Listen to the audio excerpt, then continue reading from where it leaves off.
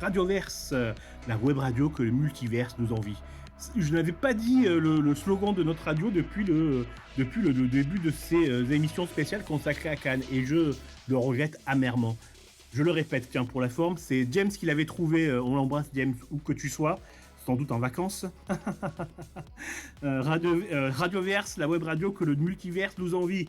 Je ne suis pas seul, je suis avec Agathe. Agathe qui nous rejoint après avoir été absente hier. Comment vas-tu, Agathe ? Ça va bien, un peu fatiguée, mais ça va. Et vous tous là, présents? Eh bien, moi, ça va. Et vous tous, c'est Mathieu. Comment vas-tu, Mathieu ? Ben moi, ça va très bien. On est à la veille des résultats. On va pouvoir enfiler les palmes et aller à la pêche. Toujours drôle, Mathieu. Demain, tu auras de la concurrence, tiens. Camille, Kiwi, comment vas-tu ? C'est du direct. Eh ben écoute, ça va super, je vous ai concocté un nouveau petit jeu, un peu inspiré du podcast Un bon moment. Voilà, ça aura de quoi vous régaler toute la soirée. Enfin, pas beaucoup, il n'y a que 5 questions, mais vous feront tordre un peu le cerveau, je pense. Ok, donc 5 questions, mais intenses. C'est bien ça ? C'est ça. Ok, eh bien on fera attention. Et moi, j'aime bien quand on se triture le cerveau. D'ailleurs, j'adore les jeux d'enquête, mais ça n'a aucun rapport avec le cinéma. Donc, restons au cinéma. Et de quoi va-t-on parler ? On va parler critique de films, tiens. Alléluia. Agathe a vu des films au Festival de Cannes, forcément. Et donc, on va parler de pas mal de films, notamment Histoire parallèle, Moulin, on en a parlé hier, on va y revenir. Et The Man I Love. Enfin, on va parler de pas mal de films, La Vénus électrique, notamment aussi avec Cécile. Mais ça, c'est dans une deuxième partie. Pour le moment, Agathe, mais dis-moi, c'est toi là-bas que je vois dans le noir ? Tu étais sur France 5 hier ? Quel lancement, bordel ! Oui, tout à fait, ouais. Est-ce que vous avez pu me retrouver parce que j'étais en fait au fond, j'avais peur de ne pas rentrer parce que je suis arrivée vraiment en retard. Il y a vraiment du monde dans les rues, le temps de trouver une place, de se garer, enfin c'était assez compliqué. Est-ce que vous avez pu voir un peu où j'étais ou pas? Eh bien non, on a même cru qu'on Ah. t'avait raté totalement, parce qu'on s'est dit à un moment donné qu'en fait, tu étais dans l'émission de 21h. Ah non, non, non, non. En fait, j'étais habillée en jaune. Je vous avais, expliqué que j'étais avec une robe à petits pois, mais en fait, j'ai changé de dress code à la moment parce qu'ils nous ont demandé d'être habillés un peu vêtus de couleurs vives et cetera. Et en fait, j'étais tout en haut, tout en haut, tout en haut. Je sais pas si on parlera aussi un peu des coulisses, d'expliquer un peu comment on est briefé, comment ça se passe, parce qu'il y a toute une fouille au corps aussi. On nous briefe sur, comment applaudir, pourquoi applaudir, quand applaudir. Voilà. Ah bah alors fonce, parce que moi ça m'intéresse. Et justement, ma question, c'était justement ça, c'était l'ouverture pour les coulisses. Comment ça, une fouille au corps ? C'est ça qui En m'intéresse fait, en premier. ouais, bah, en fait, il y a eu des petits soucis, on va en parler, je pense un peu plus tard avec, quand c'est le festival de Cannes, forcément, il y a tout le monde qui se rue dans les rues. Il y a toute personnalité, il y a des stars, donc forcément, ça attire aussi, les pickpockets, les personnes, mal intentionnées. Il y a eu, des vols, notamment sur la Croisette, donc voilà et puis, du coup, ça a mené à ce qu'ils renforcent, la sécurité. Donc en fait, on passe une barrière, électrique, ils fouillent les sacs et cetera. Ce qui est plutôt cool, c'est que c'est assez rapide. Comme c'est du direct, on n'attend pas vraiment dans la queue. Ils scannent nos billets. On a un petit tampon aussi, au niveau de la main. Ils nous tamponnent, en fait, la main et ils regardent quand même bien la carte d'identité et puis une fois arrivés sur les lieux donc tu vois, un peu comme dans l'aéroport, ils te mettent le petit bip bip là, pour voir si tu as rien de métallique ou autre et puis moi, j'avais une batterie externe assez grosse et ça leur a fait un peu peur donc ils voulaient vraiment vérifier que c'était bien une batterie externe, que c'était pas autre chose. Et une fois que c'était fait, après, ils me donnent une bouteille d'eau et puis, en fait, à la file indienne, tu te places et puis donc c'est par colonne. Je sais pas si vous avez bien vu, il y a l'espèce de 3 strapontins et en fait, c'est pas vraiment du plastique, mais c'est vraiment déjà, tu es très bas, tu as pas de choses pour t'accouder ou pour t'adosser, donc c'était assez enfin, on n'était pas hyper installés, quoi, parce qu'on avait un peu mal aux fesses. Tu es vraiment assis comme ça et puis, en fait, ils te demandent de te serrer parce qu'ils se rendent compte qu'on rentre pas tous, donc on n'est pas hyper bien, en tout cas, installés et bon, après, c'était hyper plaisant et c'est une aventure à faire, mais voilà, les coulisses, voilà, on est tous un peu serrés et puis aussi, par rapport au brief, donc avant, il se présente, il dit: «Voilà, moi, je suis un tel». Il se met, en fait, dans le public et en fait, il faut le regarder souvent parce que c'est lui qui nous dit: «Voilà, donc là, quand j'applaudis, vous applaudissez» et cetera. Donc voilà, c'est vraiment un fil conducteur, assez rodé, finalement. Ok, José Garcia a commencé comme ça. chauffeur de salle à nulle part ailleurs Ouais, à la voilà. grande époque de Canal+, effectivement. En Et en fait, donc, c'est ça, au début, ils discutent avec le public, comment vous allez, vous venez d'où? Et puis, en fait, donc aussi, on est briefé pour les téléphones. On n'a pas le droit d'avoir nos téléphones, en tout cas en mode, normal, il faut le mettre en mode avion, pas le droit de prendre de photos, pas le droit de montrer les sacs, enfin, faut vraiment et pareil pour les marques, s'il y a des marques apparentes, on a du scotch, du coup, sur les vêtements. Voilà, bon ça, ils nous avaient briefé déjà par mail, donc il y a pas de souci. Et puis, bah, les cacher les bouteilles, du coup, des bouteilles d'eau, donc on cachait vraiment tout comme ça, on se collait et puis, il demandait beaucoup de sourire aussi, de sourire et il disait exactement que, bah, du coup, là, on a abordé des sujets notamment sur la guerre. Il a dit: «Souriez, mais quand on aborde des sujets, soyez concentrés, quoi. Commencez pas à sourire, quand on parle, de Moulin, de Jean Moulin ou voilà, des nazis et cetera». Donc, il nous briefait un peu là-dessus aussi sur ce qu'on allait voir, qui on allait accueillir comme célébrité et voilà. Après, c'était assez naturel en soi, hein. OK, et donc ils vous mettent un tampon sur la main comme au Macumba. C'est ça, pour dire voilà, elle a été présente, elle était là. Parce qu'il y avait je me rappelle qu'il y avait une dame qui était venue et qui avait dit: «Oh là là, finalement, en fait, je me rends compte que je pourrais pas rester, quoi. Donc est-ce qu'il y a une coupure pub ou autre?» Et en fait, non, il y a aucune coupure pub. On est assis pendant 45 minutes et donc la dame lui a dit: «Bah, c'est trop tard, quoi». Je veux dire, normalement, on peut annuler, je crois, que jusqu'à 1 heure ou 2 heures avant et là, en fait, après, tu te fais pas blacklister, mais en gros, si tu veux revenir sur le tournage, tu pas favori, quoi. Vu Ouais, qu'ils OK. se sont dit: «Bon, bah, elle est pas très sérieuse, elle est pas venue», donc voilà. OK. Est-ce que vous avez une question, Kiwi ou Mathieu? Ah, moi, je me demandais un peu comment tu t'es retrouvé sur, le tournage justement de OK. France 5?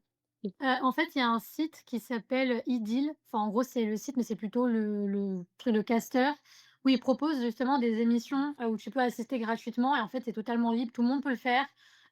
Tu vas sur le site Idyll, IDILLE, je crois, enfin, c'est le programme et tu choisis en fait, ils font ça sur, Danse avec les stars, The Voice, enfin, voilà. OK, je savais OK. pas. Je me demande s'ils sont Tiens, payés par les chaînes pour trouver du public et donc eux, ils font appel à du bénévole, à des bénévoles, tu vois? Ce qui serait, je vais créer une boîte de public, moi, tiens. moi, Mathieu? moi j'aurais juste une question. Est-ce il y a pas une sélection par l'image? Est-ce que, au moment où tu t'inscris, est-ce que tu envoies des photos Ah non. ou pas? Enfin, en tout cas pour C'est ce soir, du coup, l'émission, non et en plus, c'était assez rapide parce que je me suis Mmh. inscrite tardivement, il restait des places. En fait, on peut voir le nombre de places qui restent, donc moi, je me suis inscrite. J'ai pu choisir aussi un accompagnement, donc j'ai une copine qui est venue avec moi. On doit juste, entrer nom, prénom et on va par contre remplir un formulaire, de droit à l'image et pour cette émission-là, en tout cas, il fallait avoir, minimum 12 ans. Voilà, il y a quand même des critères parfois et voilà. Enfin 12 ans, mais pour un enregistrement à 22h30, je doute Il qu'il y y en ait a beaucoup de moins de 12 Voilà, ans ou il alors y je avait m'inquiète. personne. Il y avait Oui. personne, enfin, généralement, les gens étaient je pense, avaient mon âge ou étaient plus âgés, quoi.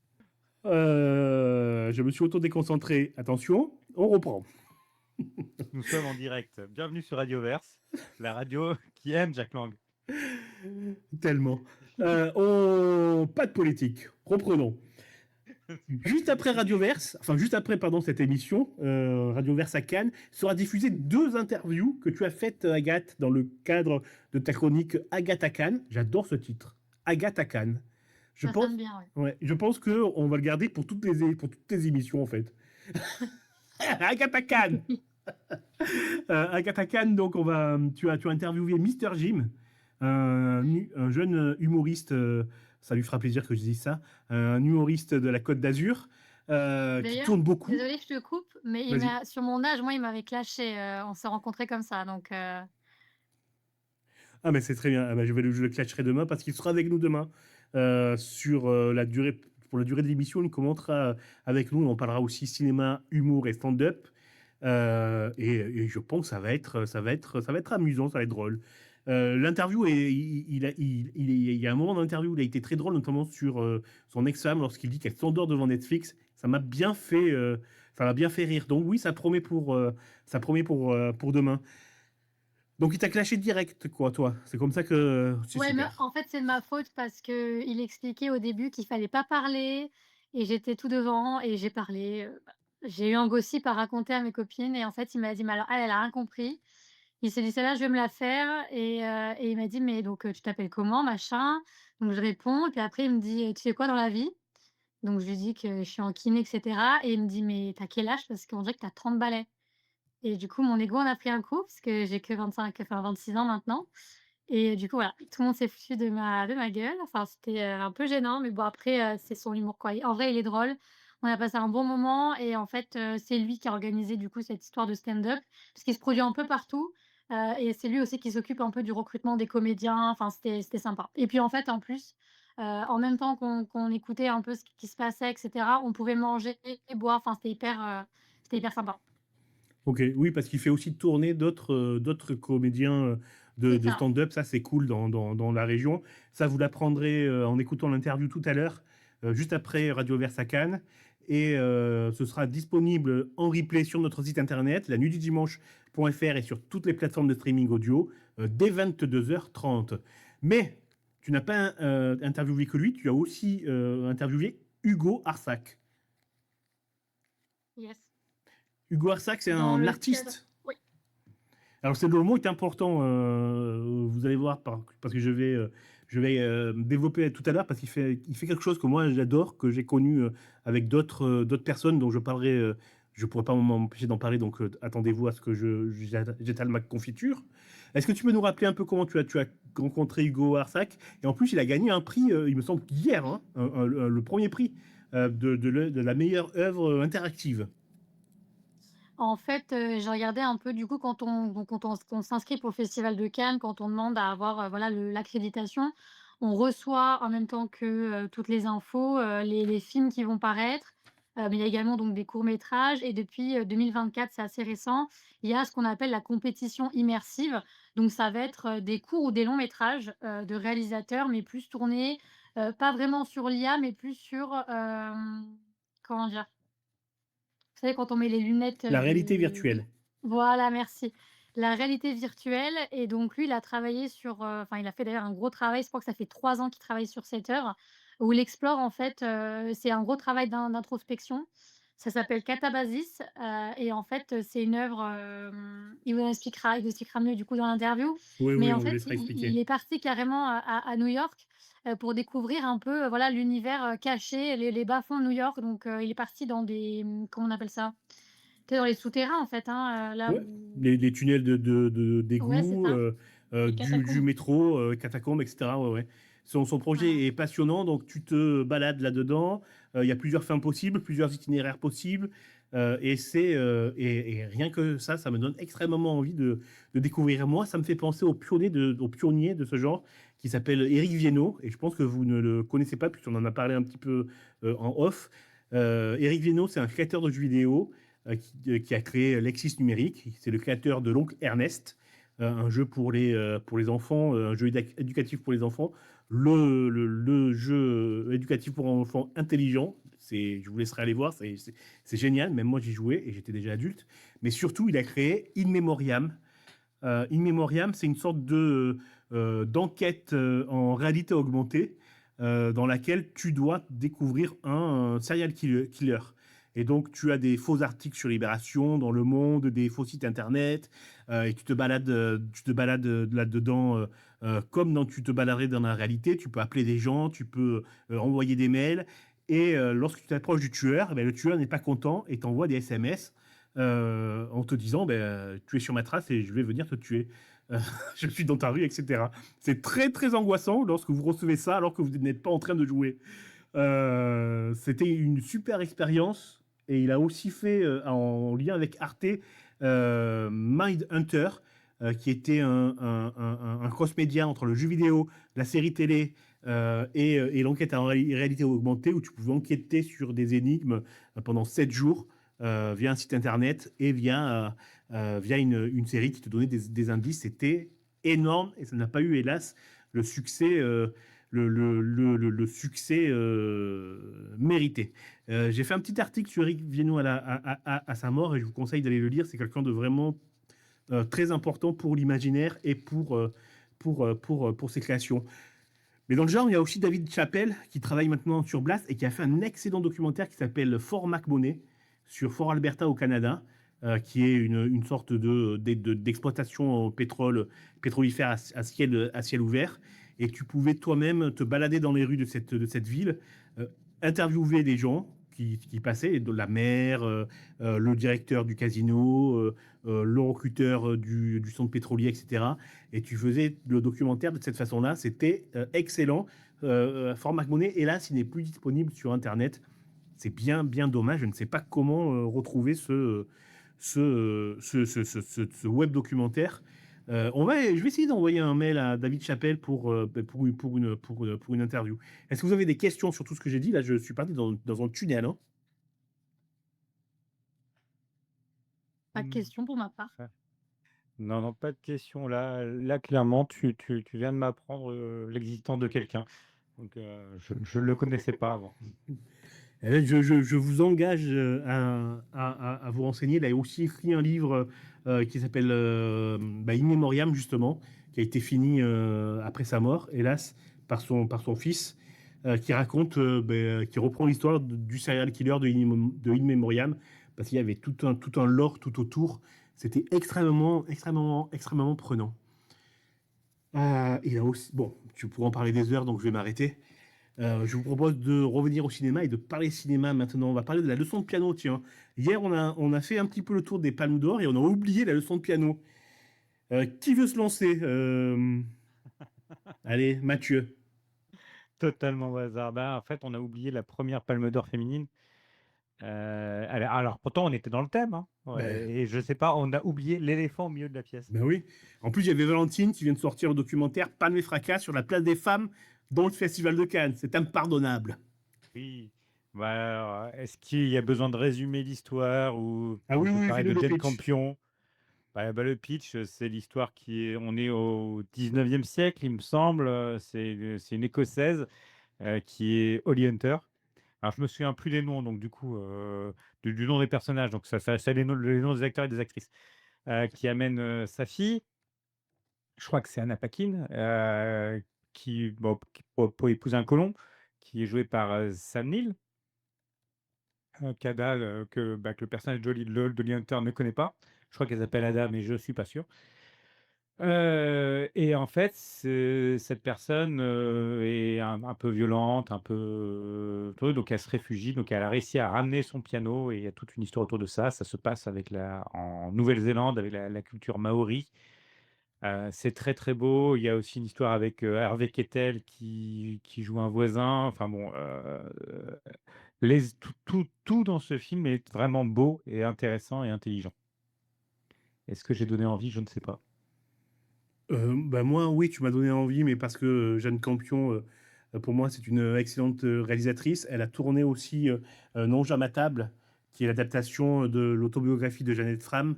Mais j'y reviendrai un peu plus tard. On va rester sur la leçon de piano. Elle a partagé sa palme d'or, hein, il me semble, Ouais. Jeanne Campion, mais je me souviens plus avec qui. Est-ce que tu te souviens? On était en quelle année? Je me souviens, c'est Adieu ma concubine. Ah oui, de Senkai, qui est Oui. très bien aussi, hein, d'ailleurs. Hein, c'est pas nos... Donc là, il y avait vraiment deux très bons films en compétition, donc c'est pas déconnant. Après, il y en a ça. Les Pistroff vont dire, ah là là, il y a une femme, donc elle partage. Elle se retrouve quand même avec Adieu ma concubine, donc bon, Ouais, c'est c'est compliqué. deux excellents. C'est deux excellents films, et pour retrouver une femme Palme d'Or, il faut remonter jusqu'à... Agnès Varda. Je suis pas sûr qu'elle ait eu Alice Varda. Hein, dans ma tête, elle avait eu. Oh bien, écoutez, on va demander à Wikipédia. On va faire une petite pause. Agnès Varda, Palme d'Or. Quel suspense. J'ai de grands doutes. Ah, je pense pas, parce que Si je puis me permettre. Et non, non, non, je dis n'importe quoi, hein, vous avez raison. Elle n'a pas eu de il Palme d'Or, Agnès Varda, je suis désolé.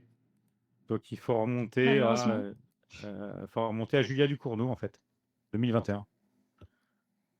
Ah ouais, ah oui, d'accord, ok. C'est extrêmement récent. Est-ce que Agathe, est-ce que tu as vu la leçon de piano? Non, Est-ce que tu connais j'ai pas Jean eu cette Campion? chance. Non. Alors, est-ce que vous connaissez Jeannette Fram? Alors, Jeannette Jeannette Fram, Fram. Tu- c'est une. Eric Viennot, Jeannette Fram, on Ouais. sent qu'on est sur une bonne émission là. Ouais, je sens que on démarre bien. Jeannette Fram, c'est une écrivaine néo-zélandaise. Et les mots l'ont sauvée. Elle était atteinte de schizophrénie. C'était dans les années 1920-1930. Sa famille ne savait pas quoi faire d'elle. Et donc, ils ont décidé de la mettre dans un asile psychiatrique où elle a reçu des décharges et des chocs électriques à répétition. Et elle devait se faire trépaner, donc lobotomiser. Donc, au revoir Jeannette Fram. La veille de sa trépanation, son recueil de nouvelles qu'elle avait publié dans un magazine à l'époque, reçoit un prix et donc reçoit de l'argent. Et sa famille, voyant qu'elle peut se faire du fric avec ses mots, la sauve de la lobotomie. Les mots l'ont sauvée. Et donc, elle écrit son autobiographie. C'est une poétesse aussi, qui s'appelle Un ange à ma table. Rien que le titre, il est poétique.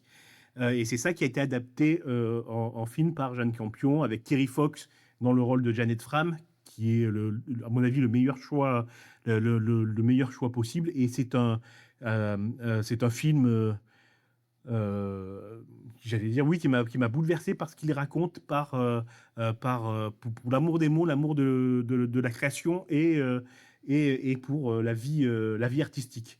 Si vous ne l'avez pas vu, il faut vraiment le voir. Et surtout, il faut lire Jeannette Fram. C'est une des rares autrices qui m'a fait sursauter en lisant son livre. Elle a dans Un Comment ange à tu ma l'écris? table. Pardon? Comment tu l'écris, Fran? Frame. Ok. Et Ça dans son livre, elle raconte une scène très joyeuse. Et vraiment, en une phrase, le drame arrive. Et j'ai sursauté tellement c'est surprenant. Louis Calafert m'avait fait la même chose avec Requiem des Innocents, que je vous conseille aussi, si vous n'avez pas lu. Requiem des Innocents, Louis Calafert. Mais Jeannette Fram, c'est vraiment... et puis elle joue avec les mots. Alors en anglais, hein, ses poèmes, c'est très libre au niveau des jeux de mots, etc. Donc si vous lisez en français, ça perd un peu. Mais ouais. Et lisez et Jeannette Fram et regardez Un ange à ma table de Jeanne Campion. Est-ce que tu veux ajouter quelque chose, Mathieu, sur Jeanne Campion ou sur le film? Sur la leçon de piano, non, pas forcément, à part que c'est vraiment un film qu'il faut voir. Après, on peut citer. Alors, moi, j'ai une petite tendresse particulière pour Bright Star. Je sais qu'il n'est pas forcément apprécié, qu'il est un peu mineur, mais ça m'a beaucoup touché. Étant fan de tout ce qui est poète romantique à la Chatterton, Bright Star m'a touché. Mais sinon, on peut citer sa série policière Top of the Lake, qui a été un gros succès sur Arte. Au point même qu'il y a eu une saison 2 Top of the Lake Shanna Girl, qui est aussi pas inintéressante, mais un cran en dessous de la saison 1. Voilà. Ouais. Top of the Lake avec Elisabeth Moss. Et qui est Holly Hunter, tiens, aussi dans la série, qui est génial. J'ai pas vu la deuxième saison, tu vois, j'ai eu peur en fait de me plonger dans la deuxième saison. J'ai vraiment eu peur parce que je pensais que c'était vraiment une deuxième saison commandée grâce au succès de la première. C'est un peu ça. Bon, C'est un voilà. peu ça. Donc du coup, je vais pas la regarder, mais la première saison, mais il faut foncer dessus les yeux fermés. Je me souviens du premier épisode qui pose une ambiance j'allais dire de fou, quoi. C'est vraiment énorme. Mais Jeanne Campion, elle arrive dans sa manière de filmer à poser une ambiance. À mon avis, c'est ce que essaye de faire Chloé Zhao, mais avec un petit peu moins de talent, si vous me permettez ça. Et d'ailleurs, en parlant de Bright Star, j'ai cité Chatterton, mais en vrai, ça s'inspire. Donc, je ne sais pas pourquoi j'ai cité Chatterton, parce qu'il y a un autre romantique qui est plus proche, c'est John Keats. Et d'ailleurs, je crois que c'est l'histoire de John Keats. Va falloir que je me replonge dedans. Mais voilà, et lisez les poètes romantiques. Et Voilà. c'est bien John Keats, hein, c'est bien la jeunesse de John Keats. Ouais. John Keats, lisez les romantiques avec John Keats, avec tout ce qui est Lord Byron. C'est excellent. Voilà, c'est tout. Toi, moi aussi, je lis. Toi, ça m'arrive. Drôle romantique, il a toutes les qualités cultivé, il a toutes les qualités. Mathieu. Kiwi, Agathe, je suis pris. dis-moi. Vas-y, exprime-toi, je t'ai coupé. Vas-y, Mathieu. Hein? Non, non, non, je n'ai absolument aucune qualité, je suis pris. Donc voilà. Kiwi, Agathe, est-ce que vous voulez ajouter quelque chose? Non, pour ma part, Eh bien, écoutez, on passe au cinéma. let's go. Ce qui est fou pour une émission sur le Festival de Cannes, parler de cinéma, je trouve ça fou. Mais bon. Ce qu'on peut faire, non, vous savez quoi, on va reculer un petit peu avant le cinéma. Je voulais parler un petit peu avec Agathe d'une histoire qu'elle m'a racontée, et je n'étais pas au courant. C'est l'histoire de l'acteur sans billet. Est-ce que vous l'avez, est-ce que ça vous dit quelque chose, Mathieu et Kiwi? Du tout. C'est une Vaguement. histoire rocambolesque.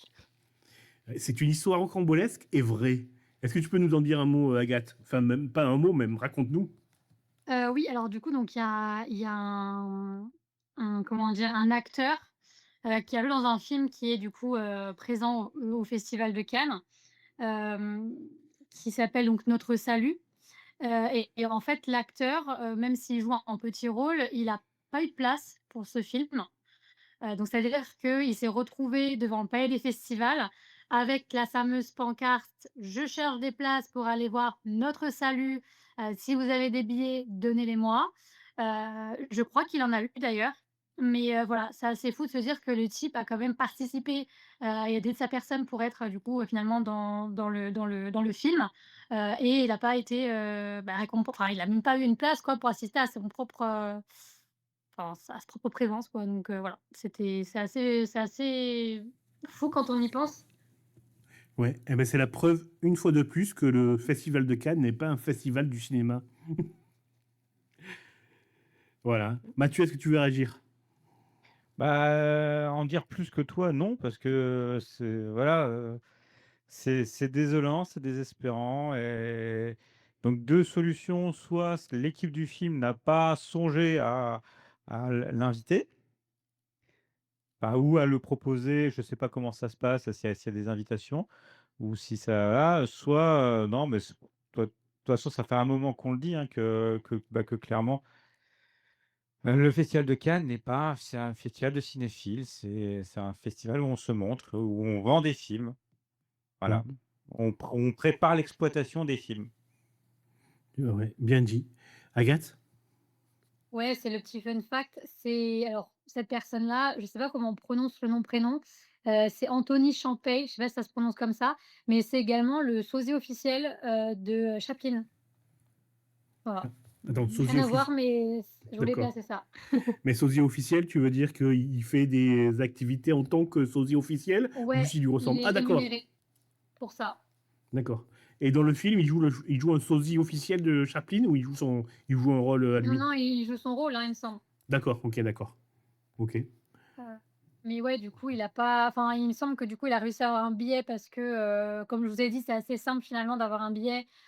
Quand on prend des places, au festival, des fois, on prend une place, on la switch avec eux. Enfin, ça arrive très souvent qu'au dernier moment, on peut switcher et cetera et je pense qu'il a pu, j'ai pas suivi, mais je pense qu'il a pu, finalement voir le film, sachant que ce film-là, il passait plusieurs fois aussi. Donc je pense qu'il a eu l'occasion, du coup, d'aller voir. Mais il a dû, quémander, passer par là et s'est habillé en Chaplin. Enfin, c'est une vidéo qui est passée, hein. Il s'habille en Chaplin avec la pancarte pour, peut-être aussi, avoir un peu de visibilité et attirer l'attention. Mais ouais, assez fou de passer par là, quoi. Ouais, ben, bravo, bravo le cinéma. J'aimerais rebondir sur ce que tu as dit tout à l'heure, parce que je m'aperçois que je n'ai pas rebondi alors qu'il y avait une question derrière. Tu as dit, lorsque tu étais à France 5, il y a eu une foule au corps, et tu as dit, on en reparlera peut-être tout à l'heure. Donc, je t'envoie à la perche. Qu'est-ce qui s'est passé pour qu'il y ait une foule au corps Ah oui! aussi importante? Alors, il y a toujours eu cette histoire de vérifier les sacs, avec le lobby du pirate et cetera, mais ça a été renforcé, enfin je trouve, depuis qu'il y a eu une histoire il y a quelques jours. Je ne sais pas si je peux citer le nom de l'établissement ou pas? Alors, on est Ça a été écouté. rendu public donc en Bon, soi je pense c'est que rendu public, alors fonce. allez let's go. Donc c'est le Palm Beach à Cannes, qui est un établissement, réputé pour les soirées. Il y a un alors j'ai pas le nom de la personne et j'ai pas envie de la communiquer, mais c'est une personne qui est assez aisée, qui portait à ce moment-là une montre de la marque, Richard Mille. Donc c'est des montres qui sont assez, enfin qui ont un coût, hein, c'est quand même de la grosse valeur. Il s'est fait chouraver sa montre. Alors on lui a volé. En fait, il racontait que vers 3 heures du matin, durant du coup la fête, elle battait son plein et il s'est fait bousculer et il s'est aperçu en fait en je sais pas, 10-15 secondes que sa montre n'était plus à son poignet. Donc c'est une montre qui vaut minimum, hein, 700 000 € quand même. On se rend compte la dinguerie et du coup donc il est toujours à la recherche de cette montre. À l'heure actuelle, il a toujours pas retrouvé et du coup, bah, l'équipe, enfin l'équipe que dis-je, la police et cetera, elle s'est rendue compte que c'est pas possible quoi. On peut pas laisser comme ça, des pauvres personnes se faire, vandaliser et se faire, voler. Donc il y a eu un gros renfort du côté sécu. Ils ont appelé aussi, donc il y a des policiers, français bien évidemment, mais on a un renfort avec, la police, du coup des frontières donc, espagnoles et italiennes, qui viennent aussi couvrir le festival de Cannes et pour l'anecdote et les statistiques, on va dire que, l'année dernière, ils ont empêché 17 vols, de montres. Petite parenthèse quoi. Voilà No d'accord, donc des montres à plus de et 7 ils appellent ça le dispositif anti-vol de montre. C'est assez long mais voilà. d'accord. Pour des montres à 700 000 €, hein, donc 17, Minimum. minimum. OK. Je précise quand même que voilà, mais du coup, je sais pas s'il va revoir un jour sa montre parce que je me dis que la personne est déjà bien loin et puis en plus, il y a un objet qu'on peut cacher, enfin je veux dire, je sais pas comment ils vont faire pour la retrouver, quoi. Oui, bon, et tu penses que s'il peut s'offrir une montre à 700 000 €, il peut s'en racheter une autre. J'aime bien ton expression, Agathe. Quand même, on ne peut pas laisser des pauvres personnes se faire voler leur montre. Non, mais c'est des ouais, des civils, des personnes, quoi, je veux dire, bon. Ouais, même s'il peut s'en racheter, c'est le principe, quoi, on vole pas les gens, Oui, oui, je suis bien d'accord avec toi, mais les riches, on peut les voler. Et ça, ce sera coupé au montage. Oui. Ou Ah, pas. non, on peut les voler on peut les voler à condition de redistribuer. Donc d'ailleurs, nous allons donner Ouais. la cagnotte de Radioverse, si vous Oui, cliquez sur le lien Tipeee. La nuit du dimanche.fr. Cliquez. Ok, très bien. Agathe, est-ce que tu as un scoop à nous partager ou pas? Ou Bah, pas? c'était celui-ci. C'était celui-ci, c'était l'histoire de la montre avec le renfort de la sécu. Voilà, donc il y a des policiers maintenant qui viennent d'Espagne et d'Italie. Ah oui et donc, petit scoop, enfin c'est pas un scoop, mais en gros maintenant, pour le plus de la du renfort, moi quand j'y vais en voiture principalement et maintenant on me demande d'ouvrir le coffre de la voiture. Donc, voilà. Ok. Au cas où tu caches La un montre dans le voleur de coffre, montres. Ou le voleur de montres. ouais. Le gang de voleurs de montres Oui est dans ton carrément, ouais. coffre. On sait jamais. alors que le cinéma nous a montré tellement d'autres endroits où cacher une montre. Eh oui, Ouais. je Ouais, ne mais dirai rien de même pas plus. les films. Mm. Très bien, merci, merci Agathe.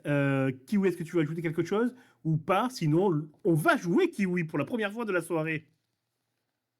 On peut jouer, attention. Alors, je vous préviens, j'ai fait énormément de recherches pour ça, et c'était assez dur de trouver des questions, par rapport à ce petit jeu. Je sais pas si vous écoutez régulièrement, le podcast Un bon moment, mais ils ont un petit jeu où, il y a eu une information et il faut retrouver, la célébrité. En l'occurrence, ce sera que des acteurs français parce que j'ai pas cherché non plus, super loin. Et donc on va commencer avec la première question. Qui a gagné 16 Césars? Ça, c'est la question plutôt facile, je trouve, en tant que cinéphile, mais à vous de chercher, à vous de trouver. C'est quelqu'un qui est forcément cité, dans les films du festival de Cannes. Alexandre Desplat? Non, C'est un acteur? Agnès, ce n'est pas un acteur. Agnès Jaoui? Ah. Non, c'est une actrice, mais ce n'est pas Agnès Jaoui. C'est une actrice de la génération de Agnès Jaoui? Sûrement, un Ah, peu Isabelle Huppert. plus peut-être. Oui, bravo! Ah ouais. Ouais, Ah ouais, évident. ouais. La L'actrice avec le plus de César, au monde. Ah ouais, au Ça lui monde. fait ça lui fait Bah, combien de 16 tables Césars, basses? c'est Ça lui ah fait combien de tables ça, basses? Que si tu prends 4 Césars, tu mets une planche, ça te fait une table basse, bah, donc ça en fait 4. elle peut avoir 4 tables basses grâce à ça. C'est génial, elle peut Oui, ou alors inviter les elle fait gens. des grandes tables maintenant, Ouais, des tables hautes. c'est ça. Ouais, Ouais. exactement. Moi, je ferais plutôt ça. Nickel. Agathe, est-ce que tu as quelque chose aussi... Oh là, je me mélange les pinceaux, je suis désolé. Agathe, as-tu quelque chose à nous dire par rapport aux coulisses ou passe-t-on aux critiques? Les coulisses du coup par rapport au tournage donc d'hier, c'est ça? Ce que tu veux. C'est carte blanche. Bah non, là pour le coup, Alors on Il y a eu le enchaîne. retour du coup de Léna Situation sur le tapis rouge avec son canapé, Oui, son fameux canapé. Je sais pas si on va l'évoquer plus tard ou bah, on peut l'évoquer maintenant, comme ça après on passe au film. Oui, tu m'as dit tout à l'heure que bah, Léna Situation, alors on embrasse Léonie si elle nous écoute, elle avait déjà parlé de son podcast coucou. Coach, vraiment j'ai du mal avec l'anglais, de Léna Situation, qu'elle aime beaucoup. Et donc elle a posé ça, mais vraiment sur les marches du festival, quoi. C'est ça, ouais, elle a ramené, le canapé d'angle, bah, voilà, sur le tapis rouge, dans le but de réaliser en fait, bah, une interview. Enfin, elle a fait sa petite chronique. Elle a interviewé du coup l'actrice, Adèle, Exarchopoulos. Je sais pas si j'ai bien prononcé, mais voilà, donc elle a posé ça et je pense qu'il y a eu d'ailleurs avoir, pas mal de il y a eu beaucoup de monde, beaucoup de rassemblements. Je sais pas si c'est un coup de com' parce qu'on expliquait aussi que cette année, il y a eu une baisse d'audience, une baisse aussi de visites. Il y a eu moins de personnes que d'habitude, moins de célébrités. Est-ce que c'est pas aussi pour redorer un peu, pas forcément l'image, mais pour ramener un peu le public? Ou je sais pas. Alors, il y a deux questions que soulève ta phrase là. Je vais partir sur la première. Baisse d'audience, ça veut dire quoi? C'est une baisse d'audience des festivaliers qui viennent sur place voir les stars entre guillemets. Une baisse d'audience des professionnels qui boudent le festival de Cannes ou une baisse d'audience du public lambda qui est là pour les marches. Alors en fait, c'est général. Par exemple, durant les événements auxquels j'ai participé durant le festival de Cannes, quand j'échangeais avec des personnes, que ça soit au niveau des créateurs pour les défilés ou même, des mannequins et cetera, elles me disaient que, tout ce qui était billets d'avion, avait augmenté pour les personnes qui sont notamment basées en Amérique, ou aux Émirats arabes unis.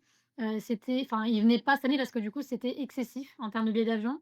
Et également donc il y avait la pétition aussi, avec, Bolloré donc qui a peut-être fait aussi que les gens, voilà, ont tourné le dos finalement à certains films, à certaines diffusions et je pense que c'est général. Je pense que c'est général, ouais. Il y a une baisse quand même assez conséquente puisqu'il disait que, l'année dernière, on avait encore 250 000 je crois, participants, personnes recensées en fait physiquement à l'événement et là, bon après on est que le 22 hein, c'est pas encore fini. Il reste demain, mais là, il disait qu'il y avait, que entre guillemets, 190 000 personnes. Voilà. Alors, si les gens qui ont signé la tribune anti-Bolloré boycottent les films de Bolloré, qui eut le logo pendant la diffusion? C'est vrai que c'est une bonne question. C'est un mystère. On va enquêter, on aura la réponse en 2028. Mmh. Ben écoutez, je vous propose d'enchaîner avec les critiques ciné. Ça vous va? À moins que vous ayez autre chose à dire. Mathieu? Enchaînons, enchaînons. On enchaîne. Je vous propose de démarrer par... ben pourquoi pas... dis-nous les films que tu as vus pour commencer, Agathe. Du coup, donc là, le dernier film en date, c'était Moulin avec Gilles Lelouch, que j'ai d'ailleurs bien aimé pour le coup.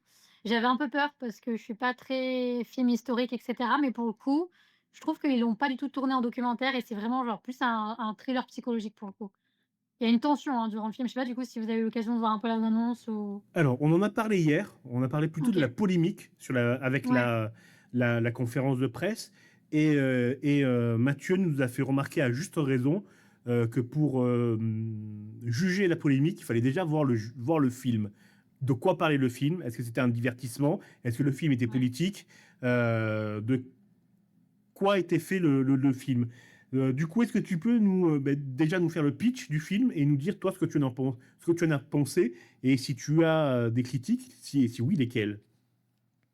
J'ai peur de dire des conneries, mais en gros, ça retrace du coup l'histoire de Jean Moulin. Donc Gilles Lelouch, il incarne Jean Moulin, heu et en fait, il va être résistant tout au long du film et donc il y a une histoire un peu thriller avec, bah, voilà, les personnes en qui il avait confiance, qui l'ont pouki finalement, qui ont été collabos. Après, il y a des choses que j'ai moins aimées, c'est-à-dire qu'il y a quand même pas mal de violence. Il y avait des scènes un peu gore, où il y avait des enfants qui pleuraient, enfin, il y a des scènes un peu moi je suis assez sensible donc c'est un peu le côté critique du film. Mais je trouve que Gilles Lelouch, il incarne parfaitement le personnage. Il joue vraiment bien pour le coup. Mais il y a des scènes parfois aussi un peu longues. En fait, il rentre dans le cachot, ils le font ressortir, donc tu dis: «Ah purée, il va réussir à s'échapper». En fait, ça retrace vraiment les derniers jours de vie de Jean Moulin. Donc en fait, d'ores déjà, le mec, il est condamné. Mais tu as des moments où tu dis: «Ah, il sort, bah non, il re-rentre». Enfin, en fait, tu as comme espoir. Il y a un moment donné aussi, je sais pas si je peux spoiler ou pas, Oui, je pense qu'il meurt à la fin, non? On est en roue libre, OK. Donc il y a un moment donné aussi où il saute par-dessus, donc il est retenu, par les Allemands et en fait, il a été enfin, il est plein de sang, il est complètement, amorphe et il se jette d'une rambarde en espérant mourir. Tu te dis: «Putain, voilà, ça y est, il s'est suicidé» et ben non, il qu'est-ce qui se passe? Hop là, il repart, ils arrivent avec les médecins, il rep enfin, il du coup, son cœur bat toujours, donc il est en vie. Donc tu le vois, enfin, c'est vraiment, il y a beaucoup de suspense pour le coup. Peut-être aussi un peu, il y a une histoire d'amour vite fait à un moment donné, mais lui, il est vachement concentré dans cette histoire aussi de résistance. Il y a des traîtres, et au début, à la fin, il y a des moments où tu te dis: «Putain, il est quand même vachement lâche sur certains trucs». Il laisse mourir des personnes et cetera, pensant qu'il va pouvoir aller jusqu'au bout du truc.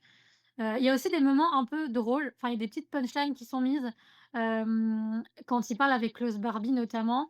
Il se clash un peu, mais du coup, enfin, dans la salle, tu te dis: «Waouh, on rigole sur des trucs, bah, finalement pas trop drôles», mais ils ont réussi à avoir un peu d'humour, donc enfin, il y avait un mélange d'humour, de suspense, à des moments où tu étais moi, j'étais vachement vénère aussi à des moments, quand on parle de trahison. Il y a des scènes aussi où tu te caches un peu les yeux parce que tu te dis: «Waouh, c'est un peu gore». Hem Des scènes de torture un peu, bon, c'est pas poussé à l'extrême, mais quand même, il y a pas mal de trucs, tu vois, de sang. Il y a une scène où il l'attache à un poteau, il commence à tirer. Tu te dis: «Purée, comment ça va se finir?» Donc là, il chante à la Marseillaise, tu vois qu'il se laisse pas faire, il reprend un peu de force. Finalement, il le tue pas. Enfin, il y a un énorme suspense. Tout au long du film, tu es là, tu dis: «Oui, non, non, ah ben, il est encore là», enfin voilà. Mais ça se finit comme ça se finit, mais en tout cas, pour le coup, j'ai été surprise parce que j'avais un peu peur de tomber dans un docu, un peu redondant, ennuyant et tout, mais franchement, même il y a des prises de vue durant le film, ça a été hyper bien filmé. Franchement, pour le coup, j'étais agréablement surprise.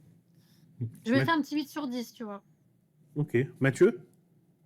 Ah non, mais moi, alors, je l'ai pas encore vu, donc je me garderai bien de faire quoi que ce soit comme critique. Par contre, je note qu'il y a une volonté quand même de que la figure de Jean Moulin soit limite christique. Dans ce que tu me racontes, il y a pas mal de sang, il est mutilé, on est face à un héros de guerre qui est donc j'ai pas encore vu le film, hein, donc mon avis n'est pas tranché. Donc on est quand même sur un film plutôt positif envers Jean Ouais. Moulin et envers sa politique. Je sais où tu vas aller, Chris. C'est pour ça que je Non, non, non, on non. est quand même on est quand même sur un film qui a l'air d'encenser Jean Moulin et alors la question c'est: est-ce qu'on parle de politique dans ce film? Franchement, bah, on parle beaucoup, voilà, de collabos, de résistance. Ils évoquent, hein, des noms, historiques, hein. On parle de Klaus Barbie, du Führer et cetera. Mmh. Il y a Hitler qui est cité. Après, c'est quand même, enfin, c'est une histoire, il y a une histoire derrière. Moi perso, je me suis pas du tout dit, enfin, voilà, je suis pas hyper politique et cetera, mais enfin, c'est pas le seul film d'ailleurs, qui évoque un peu de politique, mais pour moi, c'était pas le fond du D'accord. sujet, enfin. Hmm. Bah, j'ai hâte de le voir au moment de sa sortie qui devrait pas trop qui je crois que c'est dans 2 semaines dans les salles françaises. C'est début juin qu'il est censé sortir. Je Ouais, pense qu'on Hmm. je pense qu'on ira le voir.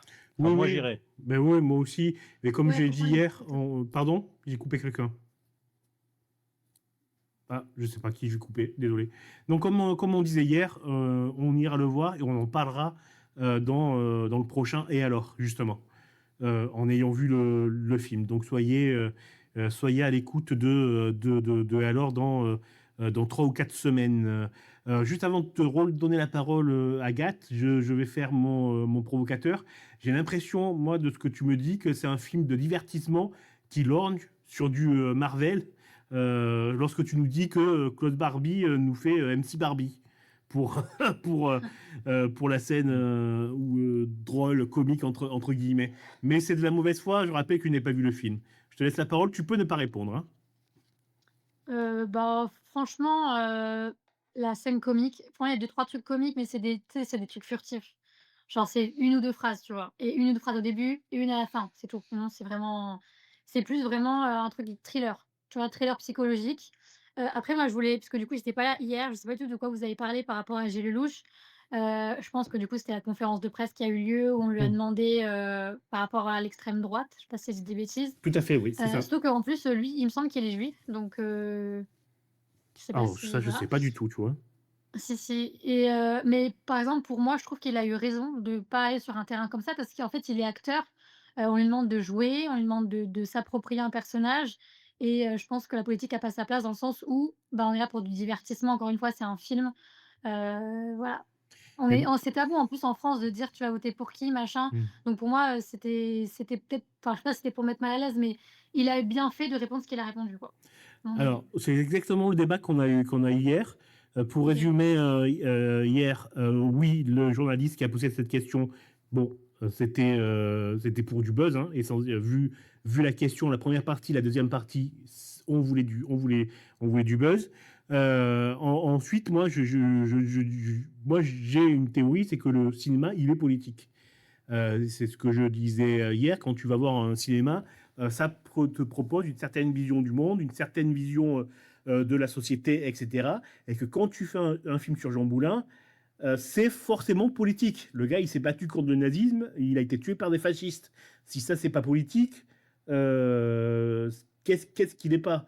Et à la question, le problème de la question, c'est la référence à la politique réelle derrière. Ouais. Voilà, c'est juste ça le problème de la question. La question se serait arrêtée avant, la réponse n'aurait pas eu de sens. Là, forcément, la réponse a un sens puisqu'on lui a demandé une position vis-à-vis d'un homme Ouais. politique d'aujourd'hui. Ça n'a aucun OK. sens.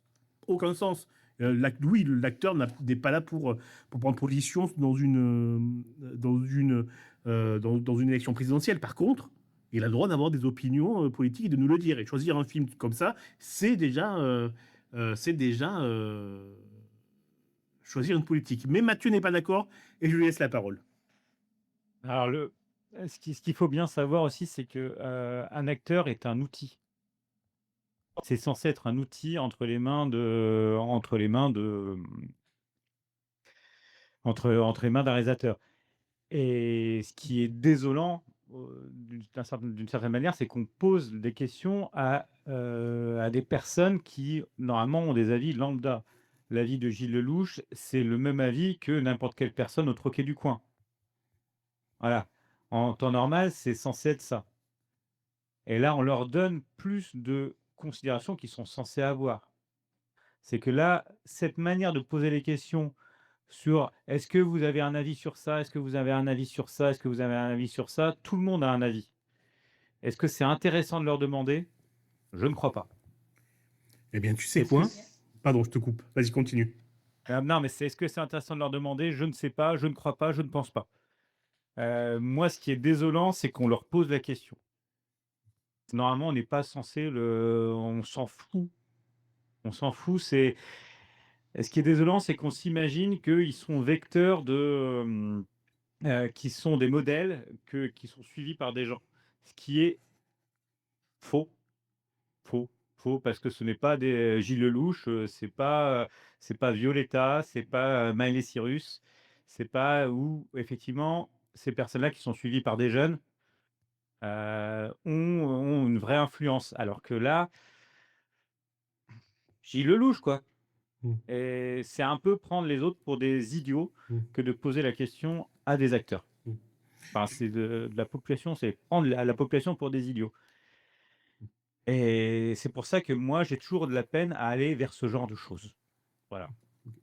Je te répondrai, je te rejoindrai sur ce point, mais juste avant, je vais laisser la parole à Agathe. Non, bah, en fait, Ah, j'allais dire un truc, mais ok. j'allais dire qu'en gros, il y a des personnes, je pense que quand ils vont écouter peut-être Dji Lelouch, bah, peut-être que enfin, leur avis va changer, peut-être qu'ils vont enfin, tu vois, d'un côté, il influence aussi. Je veux dire, s'il va dire quelque chose, peut-être que ça va changer des mentalités ou enfin, les gens peut-être qu'ils vont le rejoindre sur certains points. Même si c'est que, tu vois, pour toi, peut-être Dji Lelouch, peut-être il y en a qui sont fans, peut-être il y en a qui, tu vois, qui l'idolâtrent et qui vont peut-être qu'ils ont une opinion différente, mais en l'écoutant, tu vois, peut-être qu'ils vont bifurquer, enfin, tu vois? Enfin, des personnes qui changent d'avis en écoutant Gilles Lelouch, ils vont changer d'avis une semaine après en écoutant un autre. Ouais. Je suis pas autant persuadé que ça. Je pense qu'on se fait des montagnes de petites choses. Mm.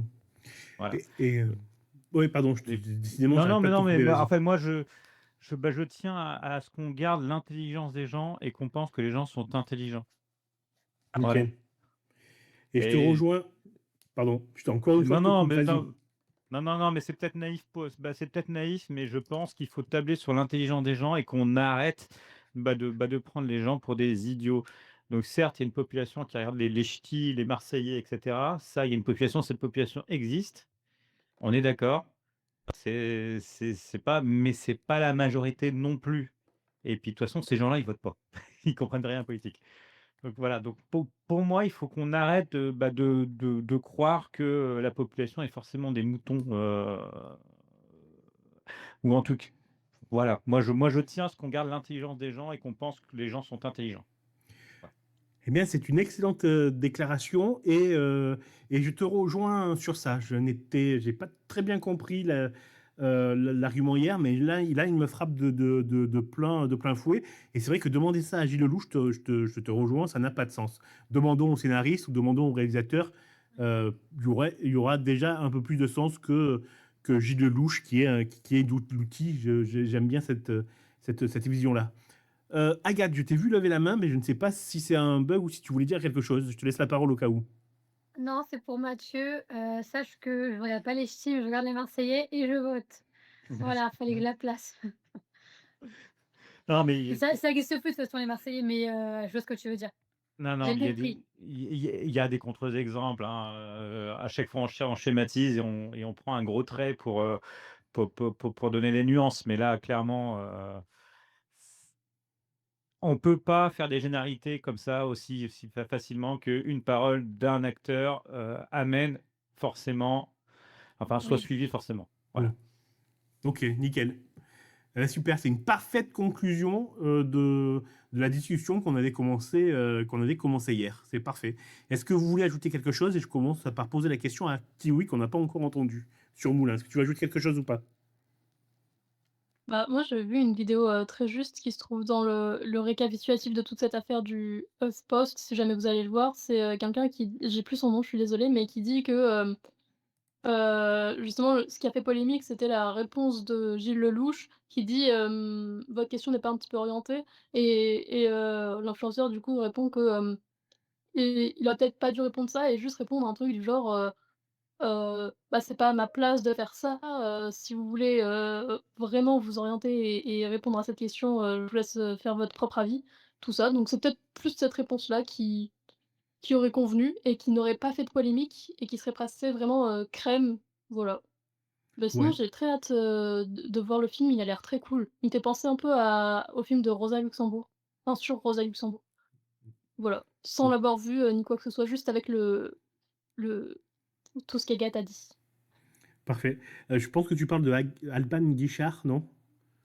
Sur le Non, HuffPost. de Margaret Van Thatcher. Ok, d'accord. J'ai confondu, excusez-moi. Je ne couperai Van pas, Trotta, tant pardon. pis. Margaret Van Trotta. Parfait, merci. Et je le répète, hein, pour clore définitivement le débat, on mettra Moulin au programme de Et alors et on en reparlera en l'ayant tous vu une bonne fois pour toutes. Et promis, on ne parlera Mmh. pas de la polémique du Lelouch, on s'attachera au film, Ouais. à ce qu'il raconte et à sa valeur artistique. Je vous propose de changer de sujet. Agathe, qu'as-tu vu d'autre? J'ai vu le film, du coup, Ulysse. Je sais pas si ça vous parle ou pas? Alors, fais-nous le pitch. Alors, il faut que je me remémore, mais en gros, c'est l'histoire d'une maman, et donc d'un mari, enfin, une femme a un mari et du coup, la femme est enceinte et elle attend un enfant et en fait, il s'avère que, donc suite aux échographies et cetera, l'enfant, on se rend compte qu'il a, une maladie, rare, donc il naît et cetera et en fait, il a un mutisme, donc l'enfant ne parle pas, c'est un gros handicap, hein. Il parle pas, il mange, je crois, que des choses liquides, il a du mal à marcher et cetera et ce que j'ai trouvé beau, c'est qu'en fait, c'est un film, déjà d'utilité publique parce que du coup, ça montre un peu la force de la femme aussi. Elle se bat, hein, elle se bat, elle sent ce qui va pas et en fait, beaucoup de médecins, lui disent qu'il y a rien à faire, machin et elle se bat, en fait, tout au long, de la vie de son fils et l'histoire, en fait, c'est la je crois que c'est Laetitia Masson, ouais, qui a rédigé, du coup, le film, qui a coécrit et cetera. C'est son histoire. C'est son histoire, c'est son fils qui joue dedans et il était d'ailleurs, présent, bah, hier dans l'émission C'est ce soir Et du coup, voilà, donc c'est son fils, c'est son histoire. Elle disait qu'elle voulait absolument pas faire de clichés de base. Elle avait pas du tout envie d'écrire un film sur elle et finalement, c'est venu naturellement. Et c'est un film qui est hyper touchant et je trouve que, bah, enfin, franchement, il était beau le film. On apprend pas mal de choses et ça fait un peu pleurer parce que forcément, il y a des scènes un peu émouvantes. Pour le coup, voilà, c'est un autre registre que Moulin pour le coup, mais film sympa. Mmh. Mais Laetitia Masson, elle a fait pas mal de films de cette veine-là, hein. Elle a fait En avoir ou pas, elle a fait À vendre, que j'avais vu avec Sandrine Kiberin, qui est l'histoire d'une femme qui quitte son futur mari sur l'autel, juste avant le mariage, et qui est poursuivie par un détective privé. On voit sa descente aux enfers. Elle a une petite veine sociale, Laetitia Masson, en tout cas réaliste, je trouve, dans sa manière de filmer. Je trouve que le travail des couleurs, il veut faire naturel, mais tu sens qu'il y a un travail derrière. Je ne sais pas si vous voyez ce que je veux dire. Tu connais Laetitia Masson, Mathieu? Oui. Est-ce Oui, que non, mais j'aime bien son travail, effectivement. Non, j'aime bien son travail. Je cherchais des titres qui pop dans ma tête, mais il me semble que. Attends, je, je vais m'aider. Vas-y, va t'aider. Oui, oui, moi aussi. Et moi, j'aime bien le grain de son cinéma parce qu'on a vraiment l'impression que c'est naturel, mais tu sens qu'il y a un travail derrière. J'aime bien cet effet-là de son cinéma. Et oui, Ah elle a oui. une veine j'allais dire sociale et euh, très rentre dedans, tout en n'étant pas du Ken Loach, parce que je déteste Ken Loach. Mathieu. Oui, oui, non, non, il y a mon film préféré de soirée qui s'appelle GHB. Ah ouais. Euh, Désolé, désolé. Non, pourquoi pas le Brésil était effectivement très très bien. Je m'en souviens, c'était. D'ailleurs, c'est un film sur la réalisation, parce que je crois qu'elle joue une réalisatrice, si je me souviens bien. Il y a une histoire avec Christine Angot aussi Mais dans c'est une Pourquoi pas le adaptation du Brésil. livre de Christine Angot, effectivement. Oui, Voilà. tout à Mhm. fait, ouais. Donc, non, non, mais il me semble que dans les images, il y avait une certaine douceur. C'était filmé avec. Tiens, j'en profite. S'il y a des étudiants en école de cinéma qui m'écoutent, ça poque dans ma tête, hein, quelque chose que j'ai appris trop tard pour faire des lumières douces au cinéma, utiliser l'intérieur des briques de lait. Voilà, c'est tout. Ça se comprend. Ok, d'accord. C'est noté. Note-le, Kiwi, pour ton prochain court-métrage. Tu pourras donner l'astuce. Ouvrez les boîtes Non, de non, lait, s'il non, vous plaît. non, non, effectivement, vous ouvrez la boîte de lait et à l'intérieur, c'est une forme de papier à lui qui donne lumière, qui en réflecteur donne une lumière très douce. Et ça, si j'avais appris ça 10 ans plus tôt, ça m'aurait évité Et alors d'acheter pour des. les artistes Oui. pour les artistes qui nous écoutent, on peut aussi en faire des tampons Ah, en formant des formes dessus. Ah bah, voilà. c'est super. Merci Ça, pour c'est ces, quelque euh, chose. merci pour ces idées de craft. En parlant de craft, vous connaissez Alison Hannigan? Euh, Alison Hannigan, oui, Mathieu? ça me parle de tête comme ça, mais là, on est vendredi soir, là, je ne peux plus. Qu'est-ce Alison, qu'elle a fait? Alison Hannigan, c'est Willow dans Buffy contre des vampires. Ah C'est oui, aussi Lily dans How I Met Your Mother. C'est aussi, j'ai oublié le nom de son personnage dans American Pie. Et aujourd'hui, quand elle fait un petit peu moins de films, elle s'est reconvertie sur Instagram et elle fait du craft. Donc elle prend, je sais pas moi, une poubelle et elle la recostumise par exemple. Elle prend une photo, puis elle fait un joli cadre. Et c'est très de briques et de broc. C'est très wish comme truc et c'est fascinant. Et ça me fait penser aux vidéos de réseaux sociaux qui sont parfois d'un vide abyssal. Et alors, on essaye d'avoir cette personne en interview, donc j'espère qu'il prendra pas mal cette séquence. Est-ce que tu peux me rappeler le nom du coiffeur, Agathe? C'est Demanche? David Demanche Paul Dufman. Pardon? Dufman, il me semble. Duchemin. Vous connaissez Duchemin, Kiwi? Entre les manches et les chemins, c'est pas pareil. C'est la même Oui, je chose. sais pas pourquoi. Là, il y a un raccourci qui a été fait dans mon cerveau, mais va savoir lequel. Hein. Tu connais du chemin? Non, personne. Alors, bah non, non, bah moi j'ai pas besoin. Hein. Désolé. Bon, il fait des vidéos. Agathe m'en a montré tout à l'heure. Bon, il veut être célèbre, hein, voilà, c'est ça le truc. Donc c'est du vide instantané. Donc il se filme en faisant comme si c'était une star et en sous-titrant du chemin surpris en train de faire ses courses, par exemple, du chemin surpris en train de manger une salade. C'est vraiment, je sais pas quoi penser de ces influenceurs, moi, personnellement. Voilà. Alors après, il faut pas confondre les influenceurs qui font des crafts et les chaînes où c'est, les 5 minutes craft et tout ça, parce que ça, c'est vraiment, je il y avait une vidéo là-dessus, il me semble que c'était de Mister JD qui expliquait que justement, c'est clairement de la pornographie, cachée. Voilà. Attends, de quoi tu parles? Je vous invite à vous Attends. renseigner là-dessus. Qu'est-ce qui est la Les chaînes de pornographie 5 cachée? minutes craft, tu parlais des crafts et tout ça. Oui. Alors attention, je faisais pas, je disais que Alison Hannigan, c'était très bien ce qu'elle faisait. Et puis après, je Oui, suis oui, non parti par mais oui, extension je d'idée. sais, mais tu parlais des chaînes de craft et tout ça. Oui. Et donc ça, c'est de la Et pornographie il y cachée? a il y a une certaine partie, ouais. Je vous invite à vous renseigner là-dessus. Alors là, tu Mais m'intrigues. effectivement. Alors, est-ce que tu veux dire pornographie cachée? Est-ce que tu veux dire que c'est soi-disant comme la SMR où ça active des zones du plaisir au niveau du cerveau ou ça t'amène à du vrai porno? Non, je crois qu'il y a vraiment des trucs où tu te dis que tu ferais pas ça comme craft parce que c'est juste très bizarre et que du coup ça cache des et je vous invite à regarder la vidéo de Mister JD, il me semble qu'il l'explique très bien, Ok, pourquoi et comment ok. et c'est un peu inquiétant. Ok, bah, tu sais D'accord. quoi, on va aller voir ça et on va demander à Léonie de nous faire une petite critique de la vidéo dans YouTube et moi. Rappelle-moi le nom du créateur parce que j'ai rien compris. Monsieur JD? Mister C'est JD. Mister, JD, JDAY. Ok, c'est noté. C'est un très bon youtubeur, je le suis moi-même. Et il me semble avoir déjà vu cette vidéo. Et puis, enfin, pour moi, pour moi, c'était pas de la pornographie, hein. C'était juste qu'il expliquait que c'était des vidéos tournées à la chaîne qui était après, où le doublage était refait à la banlieue moelle, on va dire ça comme ça.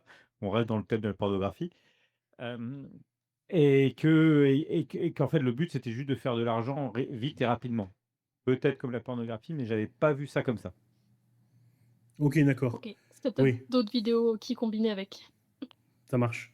C'est vrai, moi, il y a des vidéos que je ne supporte pas sur les réseaux sociaux. C'est les vidéos où tu vois les gens, c'est la SMR là, où tu les vois les gens taper sur leurs ongles avec, tu vois sur les trucs. Alors ils coupent une enveloppe, t'as le bruit surexploité, ça tapote, regarde ce que je fais, ça envoie du parfum. T'entends un pitch comme s'il venait j'allais dire un gros mot, comme si le tonnerre venait de frapper dans ta maison. Je ne supporte pas ce genre de vidéo. Bref, on va fermer la parenthèse, on va revenir au cinéma, ça vous va? Allez. Allez, en avant. Plutôt. Quel autre... Oui, Kiwi, pardon, je t'ai coupé. Ah non, je disais plutôt que oui. Alors, on y va. Le Eh cinéma, ben, bien tu sûr. sais quoi? Juste avant un autre film, Kiwi, fais-nous jouer. Allez, alors, à vous de deviner, parmi les acteurs de cinéma français, qui a raté un appel de Thomas Pesquet? Ah, Qui ben était, oui, c'est mon dans idole. l'X-Files. C'est bien aimé? C'est Pierre Ninet, bravo. Je ne savais pas du tout. Il a raté, enfin, la NASA l'a appelé et comme c'était un numéro masqué et qu'il ne répond jamais aux numéros masqués, j'avoue que moi non plus, et ben il a raté, cet appel. Donc, si ça se trouve, tu as loupé aussi un appel de Thomas Pasquet. Ah là là, c'est très dommage ça. Ouais, bon, bah, vous savez quoi? Je vais ressortir mon jingle de l'instant culte. Écoutons-le. Enfin, pour ceux qui écoutent en replay, c'est tout de suite. Ceci est une anecdote certifiée pure storytelling. C'est que pour la promo. Pour les personnes qui nous écoutent en live, c'est le jingle storytelling. Storytelling. Voilà ce que j'en pense. Très bien, on passe à un autre film. Agathe, qu'as-tu vu d'autre, dis-nous? On va parler d'histoire parallèle. Je sais que tu attends en ce moment depuis pas mal de temps là. Donc, Oui, let's go. alors je suis déçu parce que Cécile Voilà. l'avait vu et voulait en parler, mais hélas, elle n'est pas là. J'en profite, aucun rapport, mais on a parlé de la vidéo de Mister D. On la mettra dans le lien, dans la description de l'épisode et sur le site internet lanuitdudimanche.fr pour que vous puissiez aller voir. Agathe, oui, alors tant pis pour Cécile, qui n'a pas pu nous rejoindre à temps. On va se lancer dans l'histoire parallèle. Fais-nous le pitch, Agathe. Purée. Alors déjà, je l'ai vu à 8 heures du matin, donc j'étais un peu déçue déjà. Alors le pitch, je l'ai soulevé parce que je me rappelle plus trop. Ça m'a pas trop marqué. C'est vrai qu'en fait, quand tu vois les acteurs qu'il y a, tu te dis: «Je m'attends à du lourd». C'est vraiment des personnalités qui sont fortes. Ils ont regroupé quand même Pierre Niney, Vincent Cassel, enfin des têtes quand même et au final alors déjà, je vais vous lire le speech parce que je l'ai sous les yeux et je en fait, c'est trop cérébral pour moi. Je veux dire, j'expliquerai tout à l'heure, mais alors du coup, je vais vous retrouver le speech, la synopsis plutôt. Ouais. Ou le pitch. Ou l'un ou l'autre. Pas dans la poche. Alors en gros, donc tu as Isabelle Huppert qui joue le rôle de Sylvie, qui est donc dans le film, c'est une romancière, elle écrit comme ça des romans, et elle souffre d'un syndrome de la page blanche, donc elle n'arrive plus à trouver d'inspiration, et du coup ce qu'elle fait, c'est qu'elle décide de rester dans son appartement du coup de Paris et d'observer justement ce qui se passe, chez ses voisins pour justement trouver l'inspiration et cetera, commencer à écrire. Hem et en fait, donc elle retrouve donc Vincent Cassel, et la compagne de Vincent Cassel, donc c'est Virginie Efira, voilà, et le jeune bruiteur, donc c'est Pierre Niney qui joue ce rôle-là et en fait, ce que j'ai trouvé un peu, redondant, c'est qu'en fait, on se perd. On se perd parce qu'en fait, c'est trop cérébral, on ne sait jamais, où est-ce qu'on se situe. Est-ce qu'on est dans le vrai? Est-ce qu'on est dans, ce qui est en train de se passer, la scène qui est en train de se dérouler? Ou est-ce qu'on est dans l'imaginaire, de ce qu'Isabelle Huppert justement, elle est en train de rédiger? Et sans arrêt des flashbacks comme ça s'en mêle un peu les pinceaux. J'ai trouvé très long le film, j'ai trouvé long. Je regardais un peu, je me disais: «Mais enfin, ça bouge pas quoi». Ça manquait un peu de pour le coup, j'ai pas ressenti vraiment les émotions. Après, il y a des gens qui ont adoré. Pour le coup, il y en a qui ont trouvé ça super, pour qui c'est passé super vite, il y a eu une vraie intrigue.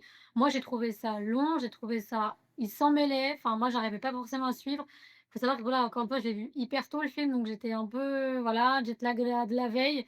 J'étais pas trop dedans et pourtant le casting était prometteur, quoi. Donc j'étais un peu déçue. Ouais, alors il y a Voilà. beaucoup, beaucoup de choses à dire sur ce film, hein. Kiwi, est-ce que tu l'as vu? Non du tout et j'avoue qu'en regardant la bande annonce, j'ai été un peu perdue par, Ouais, enfin il y déjà. a 4 personnages j'ai l'impression et je suis déjà perdue donc ça n'annonce rien de bon pour voir le film. Oui, oui, tu es perdu, Kiwi, et tu es perdu, Agathe, et ça n'a aucun rapport avec l'heure à laquelle vous allez voir le film. Mais on en parlera plus tard. OK. Mathieu, j'ai oublié, as-tu vu le film ou pas? Non, j'ai pas vu le film et honnêtement, moi, j'ai tellement de red flags qui s'allument que je j'ai pas envie. Oui, mais n'y va pas. Je sais pas par quoi commencer, tellement c'est catastrophique en vrai. Je sais pas par quoi commencer. Alors, par quoi commencer? On va commencer par le début peut-être.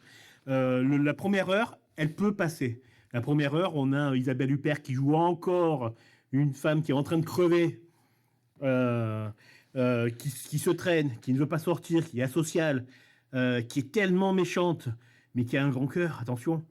Donc, allez, c'est reparti pour ça. Et qui est une écrivaine cette fois-ci. Et tu sens dès le début, hein, tu sais que ce que tu vas voir, c'est pas forcément la réalité. Donc, il va falloir naviguer entre qu'est-ce qui est vrai et qu'est-ce qui sort de son imagination. Mais, à la différence de Anatomie d'une chute, dont on a parlé hier, ou de l'inspecteur Barnaby, où il y a un travail, là j'ai hurlé là, où il y a un travail sur le sens, où on fait confiance au spectateur et on ne le prend pas pour un con, là il y a zéro travail sur ce film. C'est qu'on te balance les scènes et on te dit oh là là, je suis très intelligent, à toi maintenant de découvrir la vérité. Mais il n'y a pas de vérité à découvrir, on sait tout depuis le début. Donc c'est totalement idiot. Au bout d'une heure, le film change de registre. Et ça, c'est un problème énorme. Et je vais y venir tout à l'heure parce qu'à ce moment-là, c'est là où le film devient complètement absurde. Mais tenez-vous à cette idée, on y revient plus tard. On reste sur la première heure. Donc, on a Virginia Elfira, qui est sensationnelle, comme chaque fois. C'est comme Alain Chabat. Hein. Alain Chabat, tu le mets dans un film de Quentin Dupieux, il est génial. Tu le mets dans un film où c'est un chef-d'œuvre, il sublime le film. Donc, Virginia Elfira, c'est pareil. Bon, malheureusement, là, elle a tourné un film merdique. Il y a Vincent Cassel. Alors, Vincent Cassel... Ouais. Moi, j'aime pas trop. Bon, on va arrêter. Bon, je peux pas dire du mal de tout le monde. Donc, on va se concentrer sur Pierre Ninet. Non, mais j'ai quand même posé une question. Est-ce que Vincent Cassel a déjà eu ces 10 dernières années, est-ce qu'il a eu un beau rôle ou un bon film? Ah purée, j'ai un truc à dire là-dessus. Il avait fait une interview, justement où il était hyper arrogant et il disait, je sais plus trop, mais en gros: «Moi, j'ai pas honte de dire non quand c'est un film entre guillemets, qui me plaît pas. Voilà, je dis non, je fais mes choix» et il y a une personne qui disait: «Le mec, il a quand même joué dans Astérix et Obélix» et il avait un rôle, où il faisait le cygne de Joule, il apparaît 10 secondes.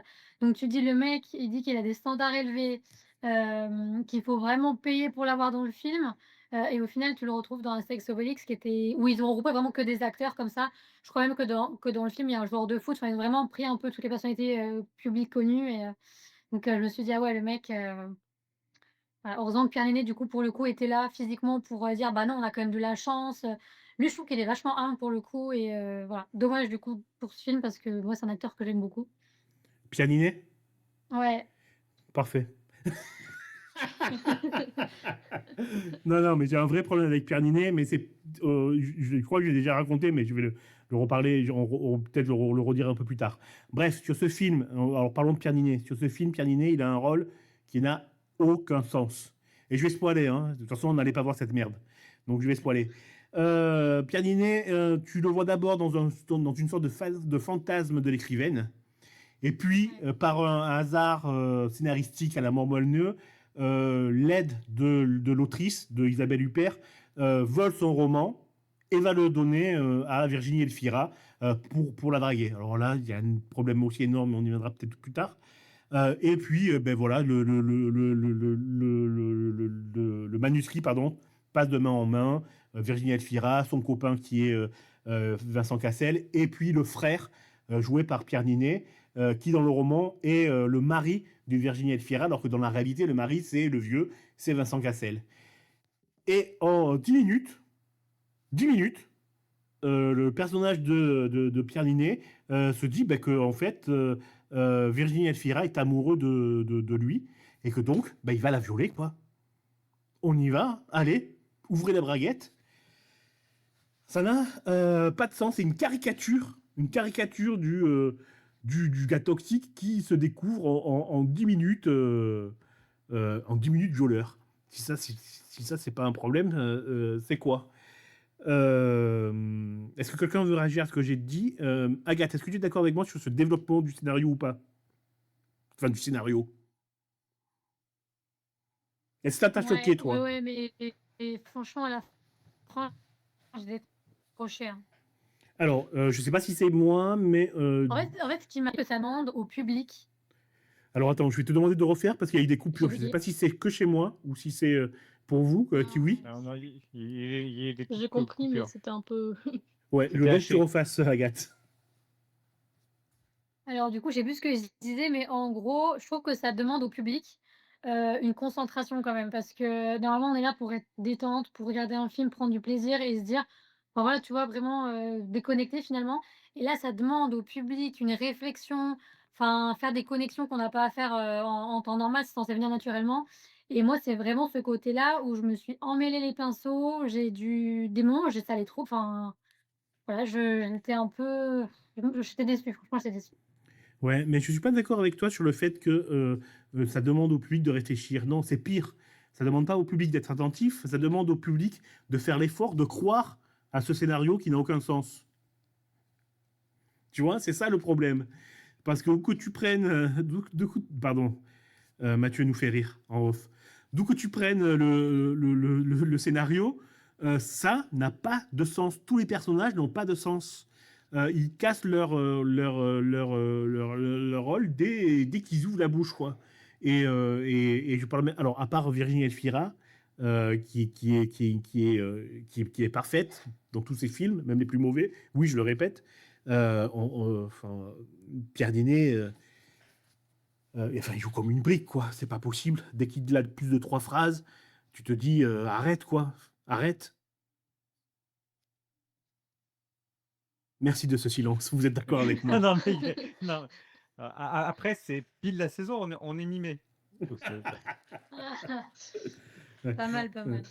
J'ai Moi, un je l'aime ami trop qui... pour dire du mal de lui, donc Alors, pour redorer son blason, j'ai un ami qui détestait Pierre Ninet et qui l'a vu dans LOL, qui ressort, la série télé-réalité de Amazon Prime. Et qui m'a dit qu'il a redécouvert, et qui m'a dit, mais regarde-le, tu vas voir, tu vas voir que c'est un vrai acteur qui sait jouer et qu'il est drôle. Et je reconnais que quand j'ai vu Amazon, qui l'a vu LOL qui ressort. Alors, Mathieu, qu'est-ce que tu peux nous en dire? Est-ce que tu es d'accord avec moi ou pas? Alors, je suis assez d'accord. On a découvert que c'était quelqu'un qui pouvait être excessivement drôle et surtout qu'il a une répartie qui est très, très, très bonne. Alors, moi, j'aime beaucoup l'émission LOL qui ressort parce que ça permet un peu de voir qui est réellement drôle et qui l'est pas parmi nos humoristes français. Ben Et ouais, on a des surprises. ouais, je suis d'accord avec toi. C'est là où tu te rends compte que sans Jerry Seinfeld et sans le traducteur anglais-français, Gad Elmaleh n'est pas drôle du tout. Et si tu veux une preuve, tu regardes LOL qui ressort. Ouais. Oui, c'est une balle perdue. Oui. Non, mais c'était pareil pour Paul Mirabel qui Oh, a fait 2 saisons et on a pu voir à quel point c'était une fraude. ouais. Bah, Je peux pas te donner plus raison que ça. Je ne comprends pas Paul Mirabel, comment il peut avoir ce succès-là. Il n'y a rien de drôle dans tout ce qu'il fait. C'est incompréhensible. Comparé à d'autres personnes qui sont pas forcément dans dans leur chemin, je pense à Cadmerade qui l'a fait aussi, où là, Cadmerade, il arrive avec quelque chose. On va pas forcément parler des mauvais, mais Pierre Ninet appartient à ceux qui ont réussi à passer l'exercice haut la main et brillamment. Oui, le duo Pierre Ninet, Jonathan Cohen, il me fait encore rire. Oui. Il me fait encore rire aujourd'hui. Jonathan Cohen qui est génial dans la série de Canal+, La Flamme, oui. qui est avec Léna Becti d'ailleurs, qui est aussi extraordinaire dans cette série. Mais oui, mais voilà, Pierre Ninet, il est drôle en impro, il a de la répartie, il y a un petit côté stand-upper, effectivement, mais dans un film, dans un rôle, il est mauvais dans La Boîte Noire, il était à chier. Dans celui-là, c'est impossible de croire son personnage, impossible de croire au moindre mot qu'il dit. Je vais peut-être m'arrêter là. Est-ce que vous avez autre chose à ajouter? Après, je pense que c'est juste qu'il choisit les mauvais rôles. Enfin, il sait pas choisir. Ou alors il fait en fonction du réalisateur. Je pense à un film qu'il a fait et qui m'avait fait sortir de moi, c'était Le Livre des solutions de Gondry. Oui. J'aime beaucoup Gondry en temps normal, mais là, ça passait pas du tout, quoi. Voilà. Non. Mais je pense qu'il se base sur les réalisateurs en disant: «Tiens, ce réalisateur-là, il est bon, donc je vais y aller» et en fait, parfois, il se plante. Après, ça peut arriver à tout le monde de se planter, mais aussi régulièrement, c'est quand même fort. Oui, parce qu'il n'y a pas un film. Moi, tous les films où je l'ai vu, ben, ça a été une catastrophe, quoi. Et je crois que tu as raison sur cette théorie, hein. Il choisit par rapport au réalisateur. C'est pour ça qu'il a fait Gondry, qui était le livre des solutions, c'était raté totalement. Déjà, Ninet là-dedans, il apporte une sorte. Il va porter le mec naïf, enthousiaste, etc.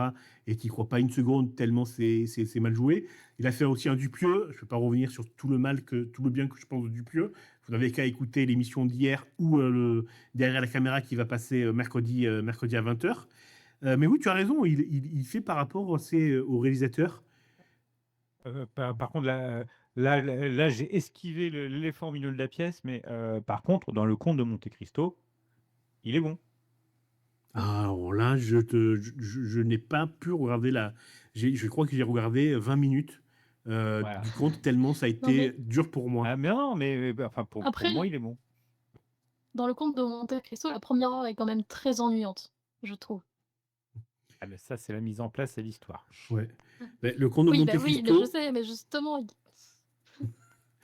Le Comte de Monte Cristo, moi je l'ai arrêté lorsque le roi arrive et il y parle comme s'il était sur une scène de la comédie française. Donc avec très très apprêté, j'ai dit bon ben voilà, quoi, on arrête. Et toutes les 20 minutes étaient de la même façon, avec un parler très théâtre français. Hmm. Et je me suis dit bon ben stop quoi. Je vais pas au cinéma pour voir ça quoi. Et donc j'ai arrêté de regarder le Comte de Monte Cristo pour ça. Et encore une fois, oui, Pierre Ninet, il n'est pas croyable dans les rôles qu'il fait. C'est un problème pour moi. Qu'est-ce qui te plaît, Agathe, chez Pierre Ninet? Moi, j'aime bien le jeu d'acteur, hein. Enfin, par exemple, tu vois, La Boîte Noire, je sais pas si vous l'avez vu, moi, Oui. j'ai adoré, quoi, tu vois? Et même, je sais pas, c'est le je sais pas, le personnage, je le trouve good vibes, hyper, les pieds sur terre, tu vois? Par exemple, justement, on parle de Cannes, quand il va croiser des gens dans la rue, il va s'arrêter, il va prendre des photos, même si ça va le saouler, il va faire semblant que ça le saoule pas, enfin, il va être hyper proche de son public. Il sait pourquoi il est là, même quand il communique, quand il s'exprime, il sait pourquoi il est là, il sait que c'est grâce au public, enfin, il est hyper, tu vois, les pieds sur terre, quoi. Quand tu compares à un Vincent Cassel, qui se cache le visage, qui veut pas qu'on prenne en photo, tu lui parles, il dit: «Je suis au téléphone», limite il trace pour pas, tu vois, être vu des gens, enfin, il est à part, tu vois qu'il est pas du tout, Mm. connecté avec la réalité. Il est aigri, il est nonchalant, alors que Pierre Niney, je le trouve vachement solaire, tu vois?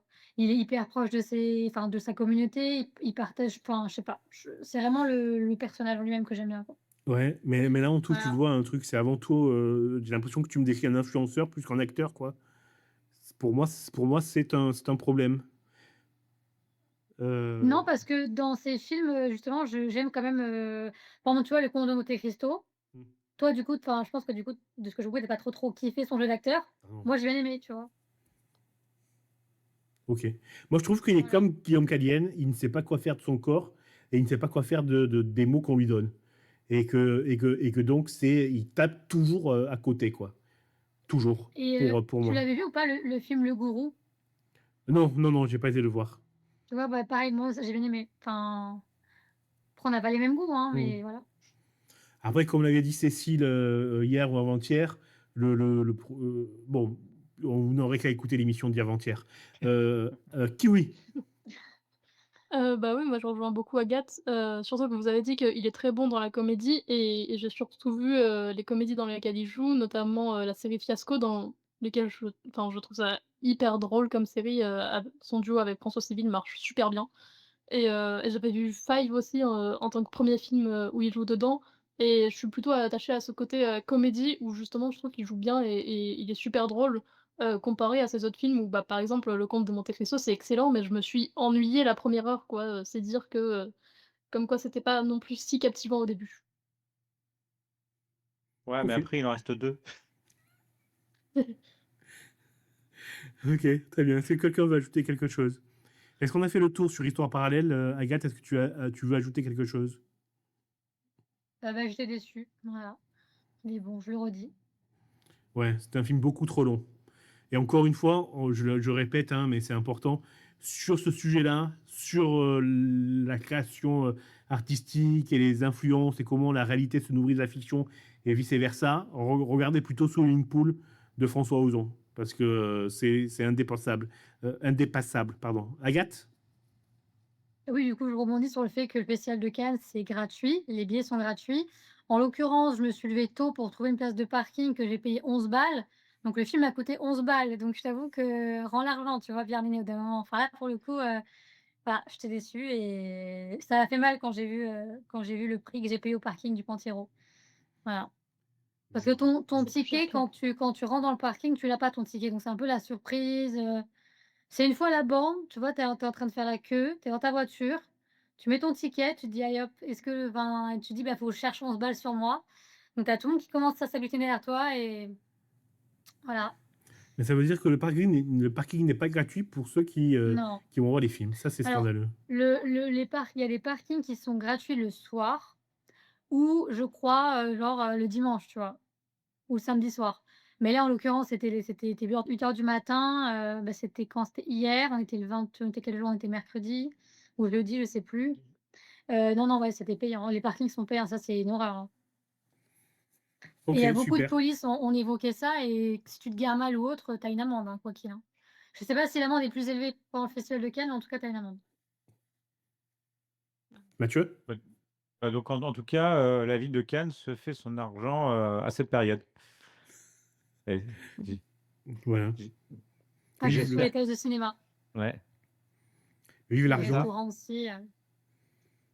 vive l'argent, vive le fric. Est-ce que tu veux ajouter quelque chose, Agathe? Non, c'est tout pour moi. Kiwi? Non. En tout Mathieu? cas, sur ce film, Ça marche. Ah, visiblement, nous sommes parallèles, hein, pour parler de ce film. Nos avis ne divergent pas. Eh bien, Camille, reprend la parole et fais-nous jouer. Allez, alors, petite question, parmi les acteurs français, il y en a un qui a mis le feu à sa maison, étant petit. Ah, Étant petit. Qui est-ce? sans faire exprès, en jouant avec des allumettes.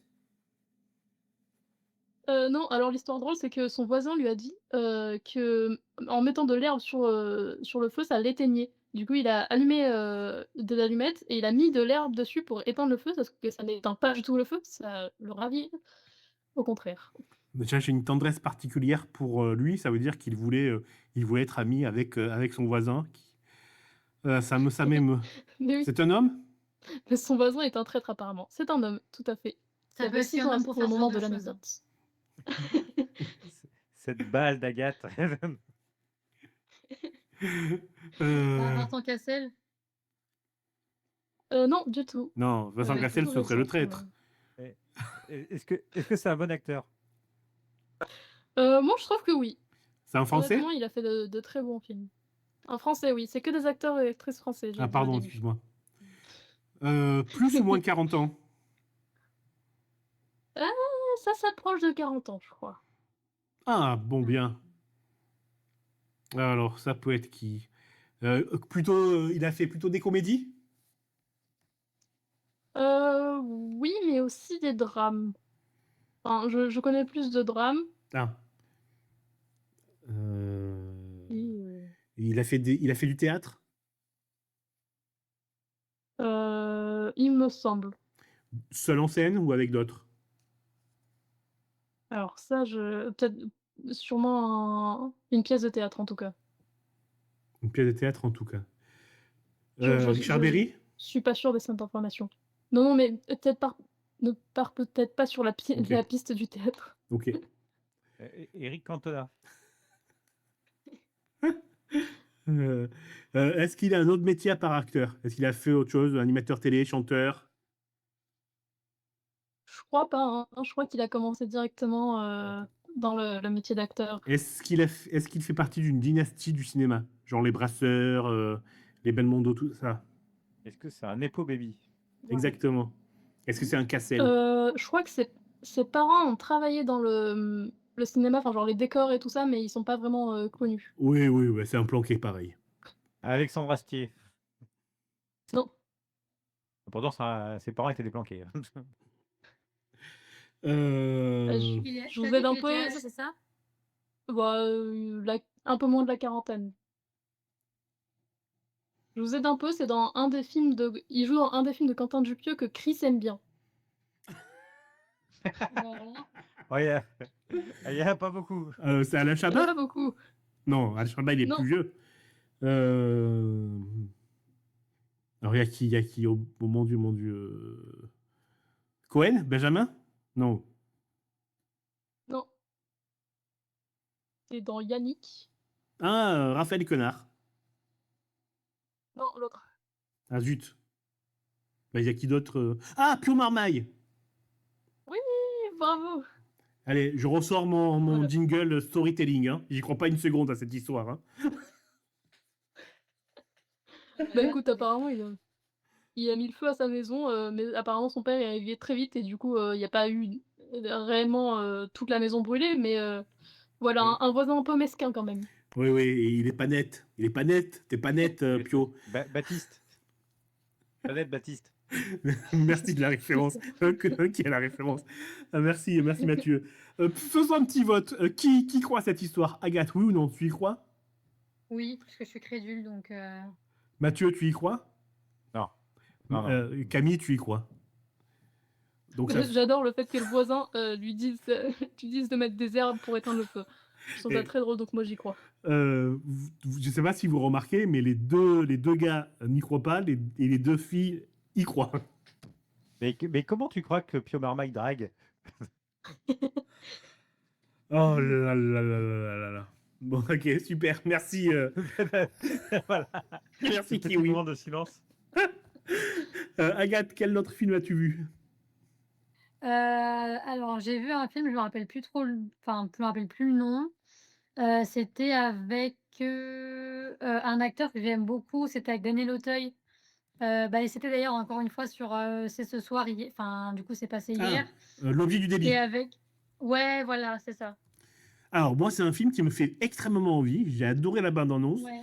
Et comme j'ai dit hier, ça fait longtemps qu'une bande-annonce ne m'avait pas fait envie à ce point. Mathieu, je crois que tu étais hypé aussi par le film. Oui, oui, oui, oui, très, bah, très épais. Donc, j'irai sûrement le voir plus tard. Ouais. Ouais, Plus tard. pareil. Et on le mettra Qu'est-ce dans que Rien t'en à as voir pensé aussi. Pardon, j'ai pas en même temps que toi encore.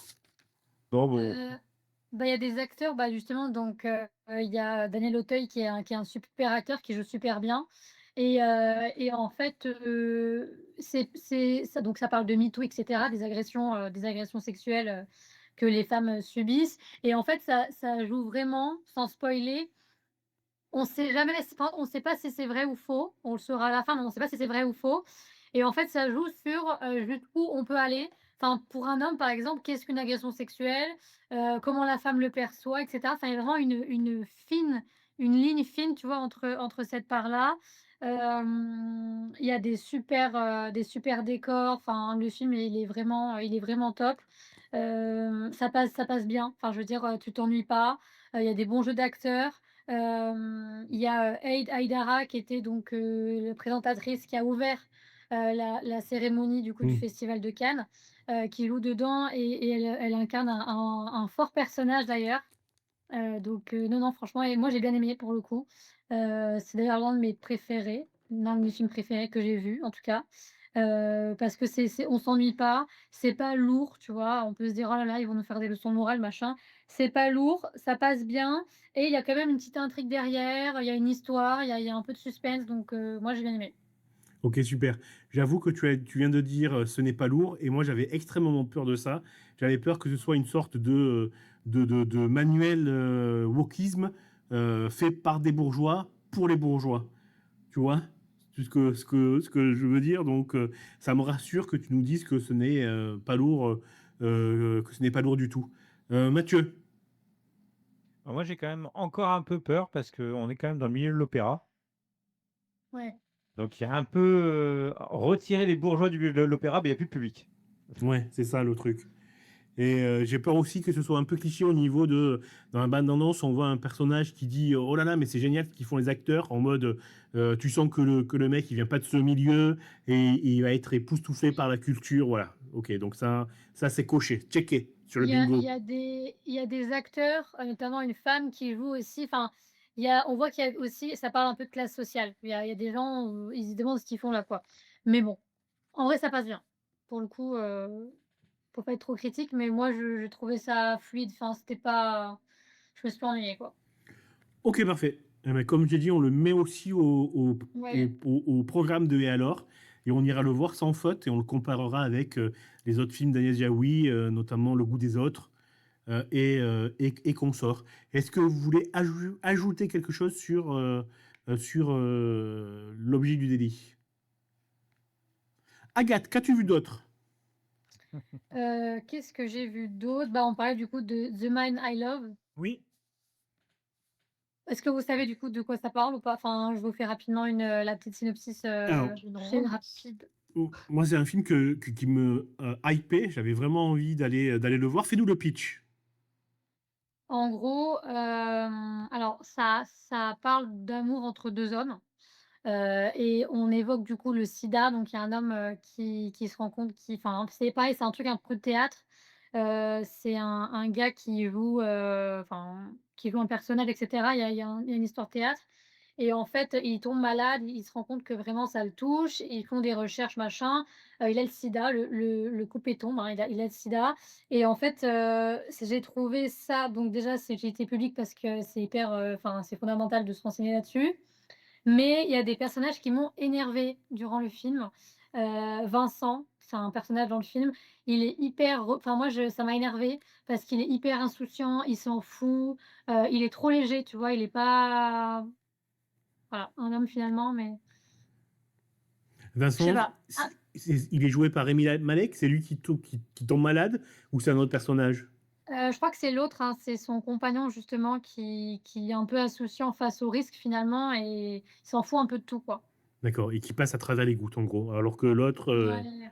Ok, Tu as envie de le secouer tout au long du film. ok, d'accord. Mais Ouais, bon. ça se passe. Pardon, je t'ai coupé, vas-y.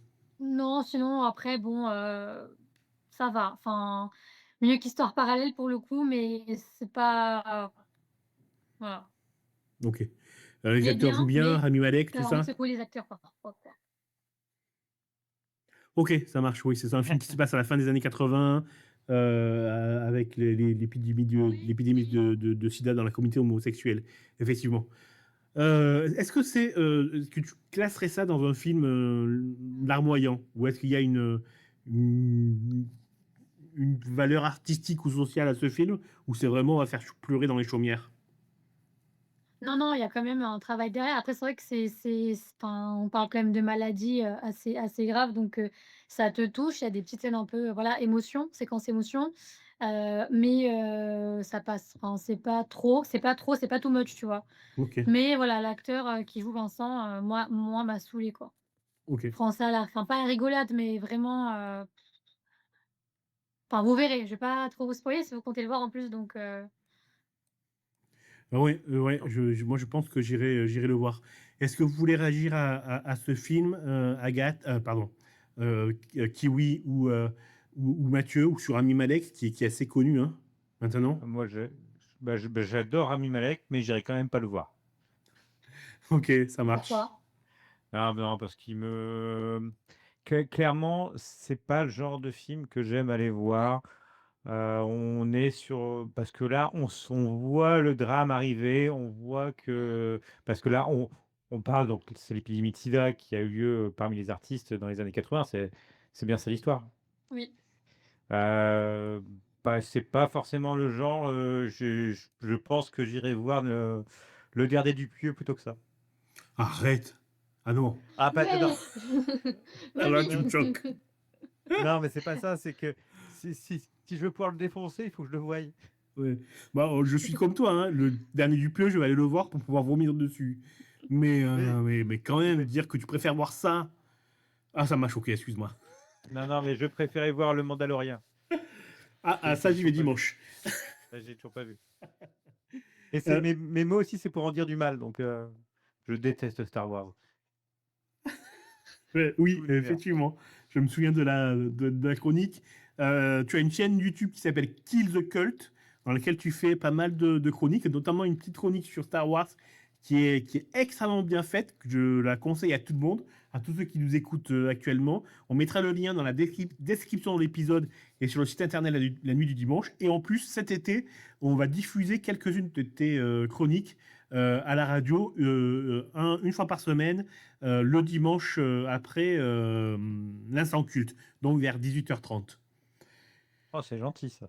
Et ça va être fun, je vous conseille vraiment d'aller cliquer sur la chaîne, c'est pas mal. D'ailleurs, on va faire de l'autopub, mais demain, je vous conseille aussi la masterclass de Mathieu dans l'hebdo de la semaine, où il va nous parler de Cannes et de l'Eurovision.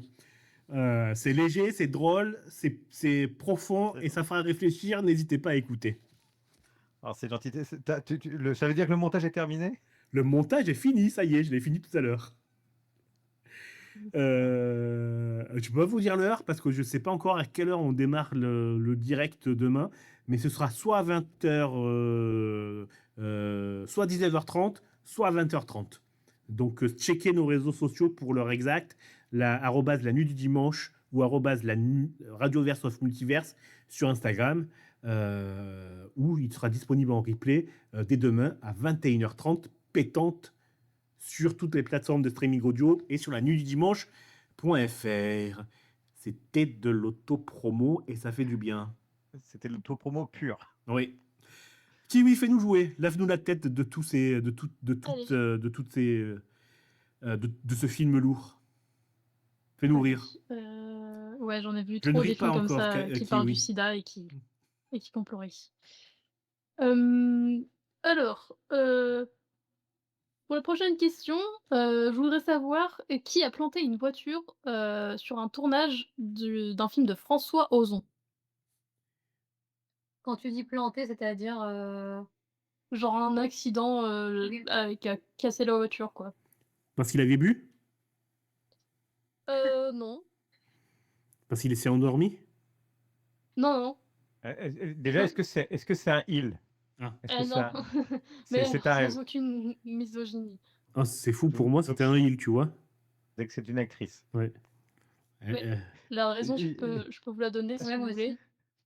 aussi. C'est que, en fait, elle a passé son permis, juste avant, le film et elle avait pas forcément appris les manœuvres, pour se garer. Elle avait, eu du pot, le jour de l'examen, elle avait dû se garer en dépit, du coup, elle avait pas appris, toutes les manœuvres et donc elle a fini par planter, la voiture sur le tournage.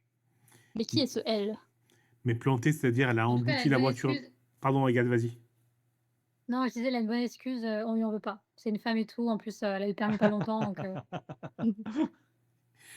Elle a planté, c'est-à-dire elle a foncé sur quelque chose ou c'est pendant le créneau, elle a embouti les voitures devant, derrière? Je pense que c'est, en faisant une manœuvre pendant un créneau et qu'elle a dû, Ok. abîmer la voiture. Virginie Ledoyen. Non, du tout. Quelle actrice aurait pu passer son permis sur un film de François Ozon juste avant? Charlotte Rampling. Non, Catherine Deneuve, non plus. qui a enfin passé son permis. Firmin Richard. Non. Est-ce que c'est une actrice qui était jeune à l'époque? Je pense. Ludivine Seigné. Non Ah plus. zut. c'était en quelle année l'anecdote? Parce que si t'es pas né, Ah, j'ai oublié sur quel film c'était. Ça va beaucoup vous aider. si c'est en dessous de 2000, je peux pas répondre. Je pense pas. Honnêtement, je pense pas. C'est sur France? Alors je cherche l'information de ce pas et je te réponds. Bon, de toute façon, j'ai oublié qui jouait dans France, donc ça nous aidera pas. Enfin, moi, ça m'aidera pas. Ouais, enfin, ne l'appelez jamais France. Mais elle a dû passer son permis très vite sous peine de devoir être remplacée par Léa Seydoux, me semble-t-il. Marine Vac. Non Jeanne est jolie. plus. C'était en 2014, j'ai l'impression. 2014. Jeune et Jolie, c'est un de ses premiers, hein. Non, François ouais. Ozon, il a commencé. Jeune et jolie, c'est 2013-2014, c'est pour ça qu'on est bon. Et Non, François c'est Ozon a sitcom. commencé dans les années 98. Je confonds Ouais. avec Sitcom. Un de ses premiers, ok. Voyons, 2013-2014, j'étais où, moi?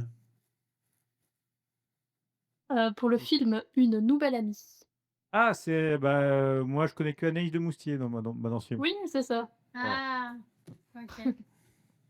Anaïs de Moustier, autre grande actrice, Grand Prix de la Brique au festival. En plus, tu peux- parlais de Pierre Ninet, tu sais qu'il a fait une musique et dedans il cite Anaïs Desmoustiers justement. Ah bon, non, je savais pas. Pourquoi? Enfin, c'est une musique, c'est passé Ouais. d'un délire avec un comédien ou je sais plus qui. Un mec qui fait des micro-trottoirs là. T'as le nom ou pas, Kiwi? Je me rappelle plus. Ah, David Castello-Lopez? Non, pas lui. Un italien, je sais plus. Mais ils ont fait un featuring italien? et il y a une musique comme ça qu'il a sortie, faut que tu l'écoutes. Mais cette musique en plus elle est récente, ils l'ont fait cette année, hein. Portugais? Ah, je sais pas. Non, c'est un J'avais italien. que... Ok, je vais non, trouver j'ai ça. pas alors. J'ai pas du tout. Ok, Autant pour moi. d'accord, je connais pas du tout. On ira chercher sur les réseaux sociaux et si je trouve, on mettra le lien dans la description de l'épisode et sur le site internet lanuitdudimanche.fr. Oui, ça fait 6 fois que je le dis. Je le redirai une 8e fois incessamment sous peu. Super. Quel autre film as-tu vu, Agathe? C'est un peu tout. Je crois qu'on a fait le tour. Ouais, grosso modo. Eh bien, on s'approche de la fin de l'émission. Alors, Oui. Mathieu, veux-tu ajouter quelque chose? Ah non, non, moi je n'ajouterai rien sur De Moustier. Merci. Non, ni sur Ozon. Parce que c'est pas lui qui a écrit une série de livres, Osons le féminisme, Osons le. Non, c'est pas lui.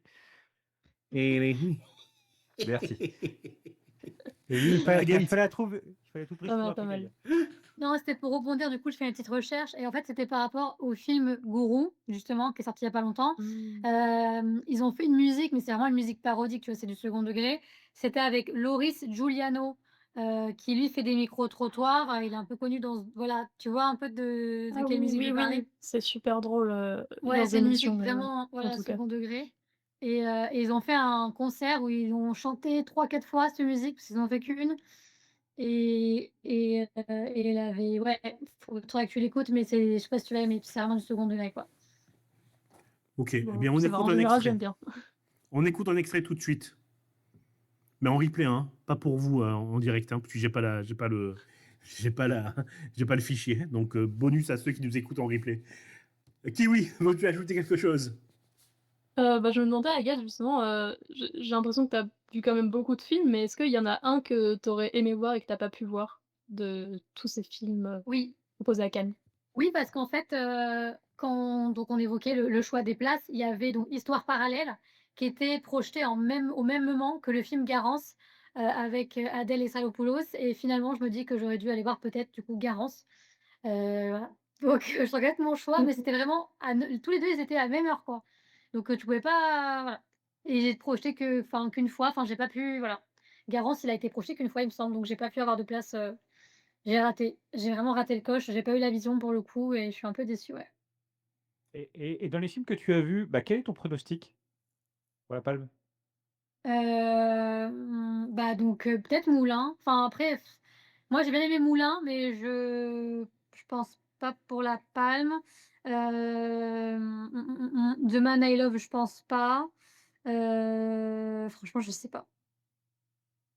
Je sais pas, peut-être Ulysse, parce que c'est quand même vachement franchement, il est bien le film, il est émouvant, c'est tiré d'une histoire vraie, il y a des super bons acteurs. Peut-être Ulysse, en vrai. D'accord. Ok, eh bien, On verra demain. on vérifiera ça demain. On sera d'ailleurs Mmh. en direct demain, ou à partir de 20h et quelques, ou à partir de 21h et quelques. On ne sait pas encore exactement. Je penche plus pour 21h, mais suivez nos réseaux sociaux pour l'heure exacte. Ce sera annoncé sur @lanuitdudimanche.fr. Et le mieux aussi, si vous nous regardez sur Twitch, c'est de vous abonner, de cliquer sur sur abonnez-vous, quoi. Faites pas. Enfin, vous savez comment ça marche, hein, si vous regardez sur Twitch. Donc voilà. Puis je pense qu'on peut s'arrêter. Ça vous va?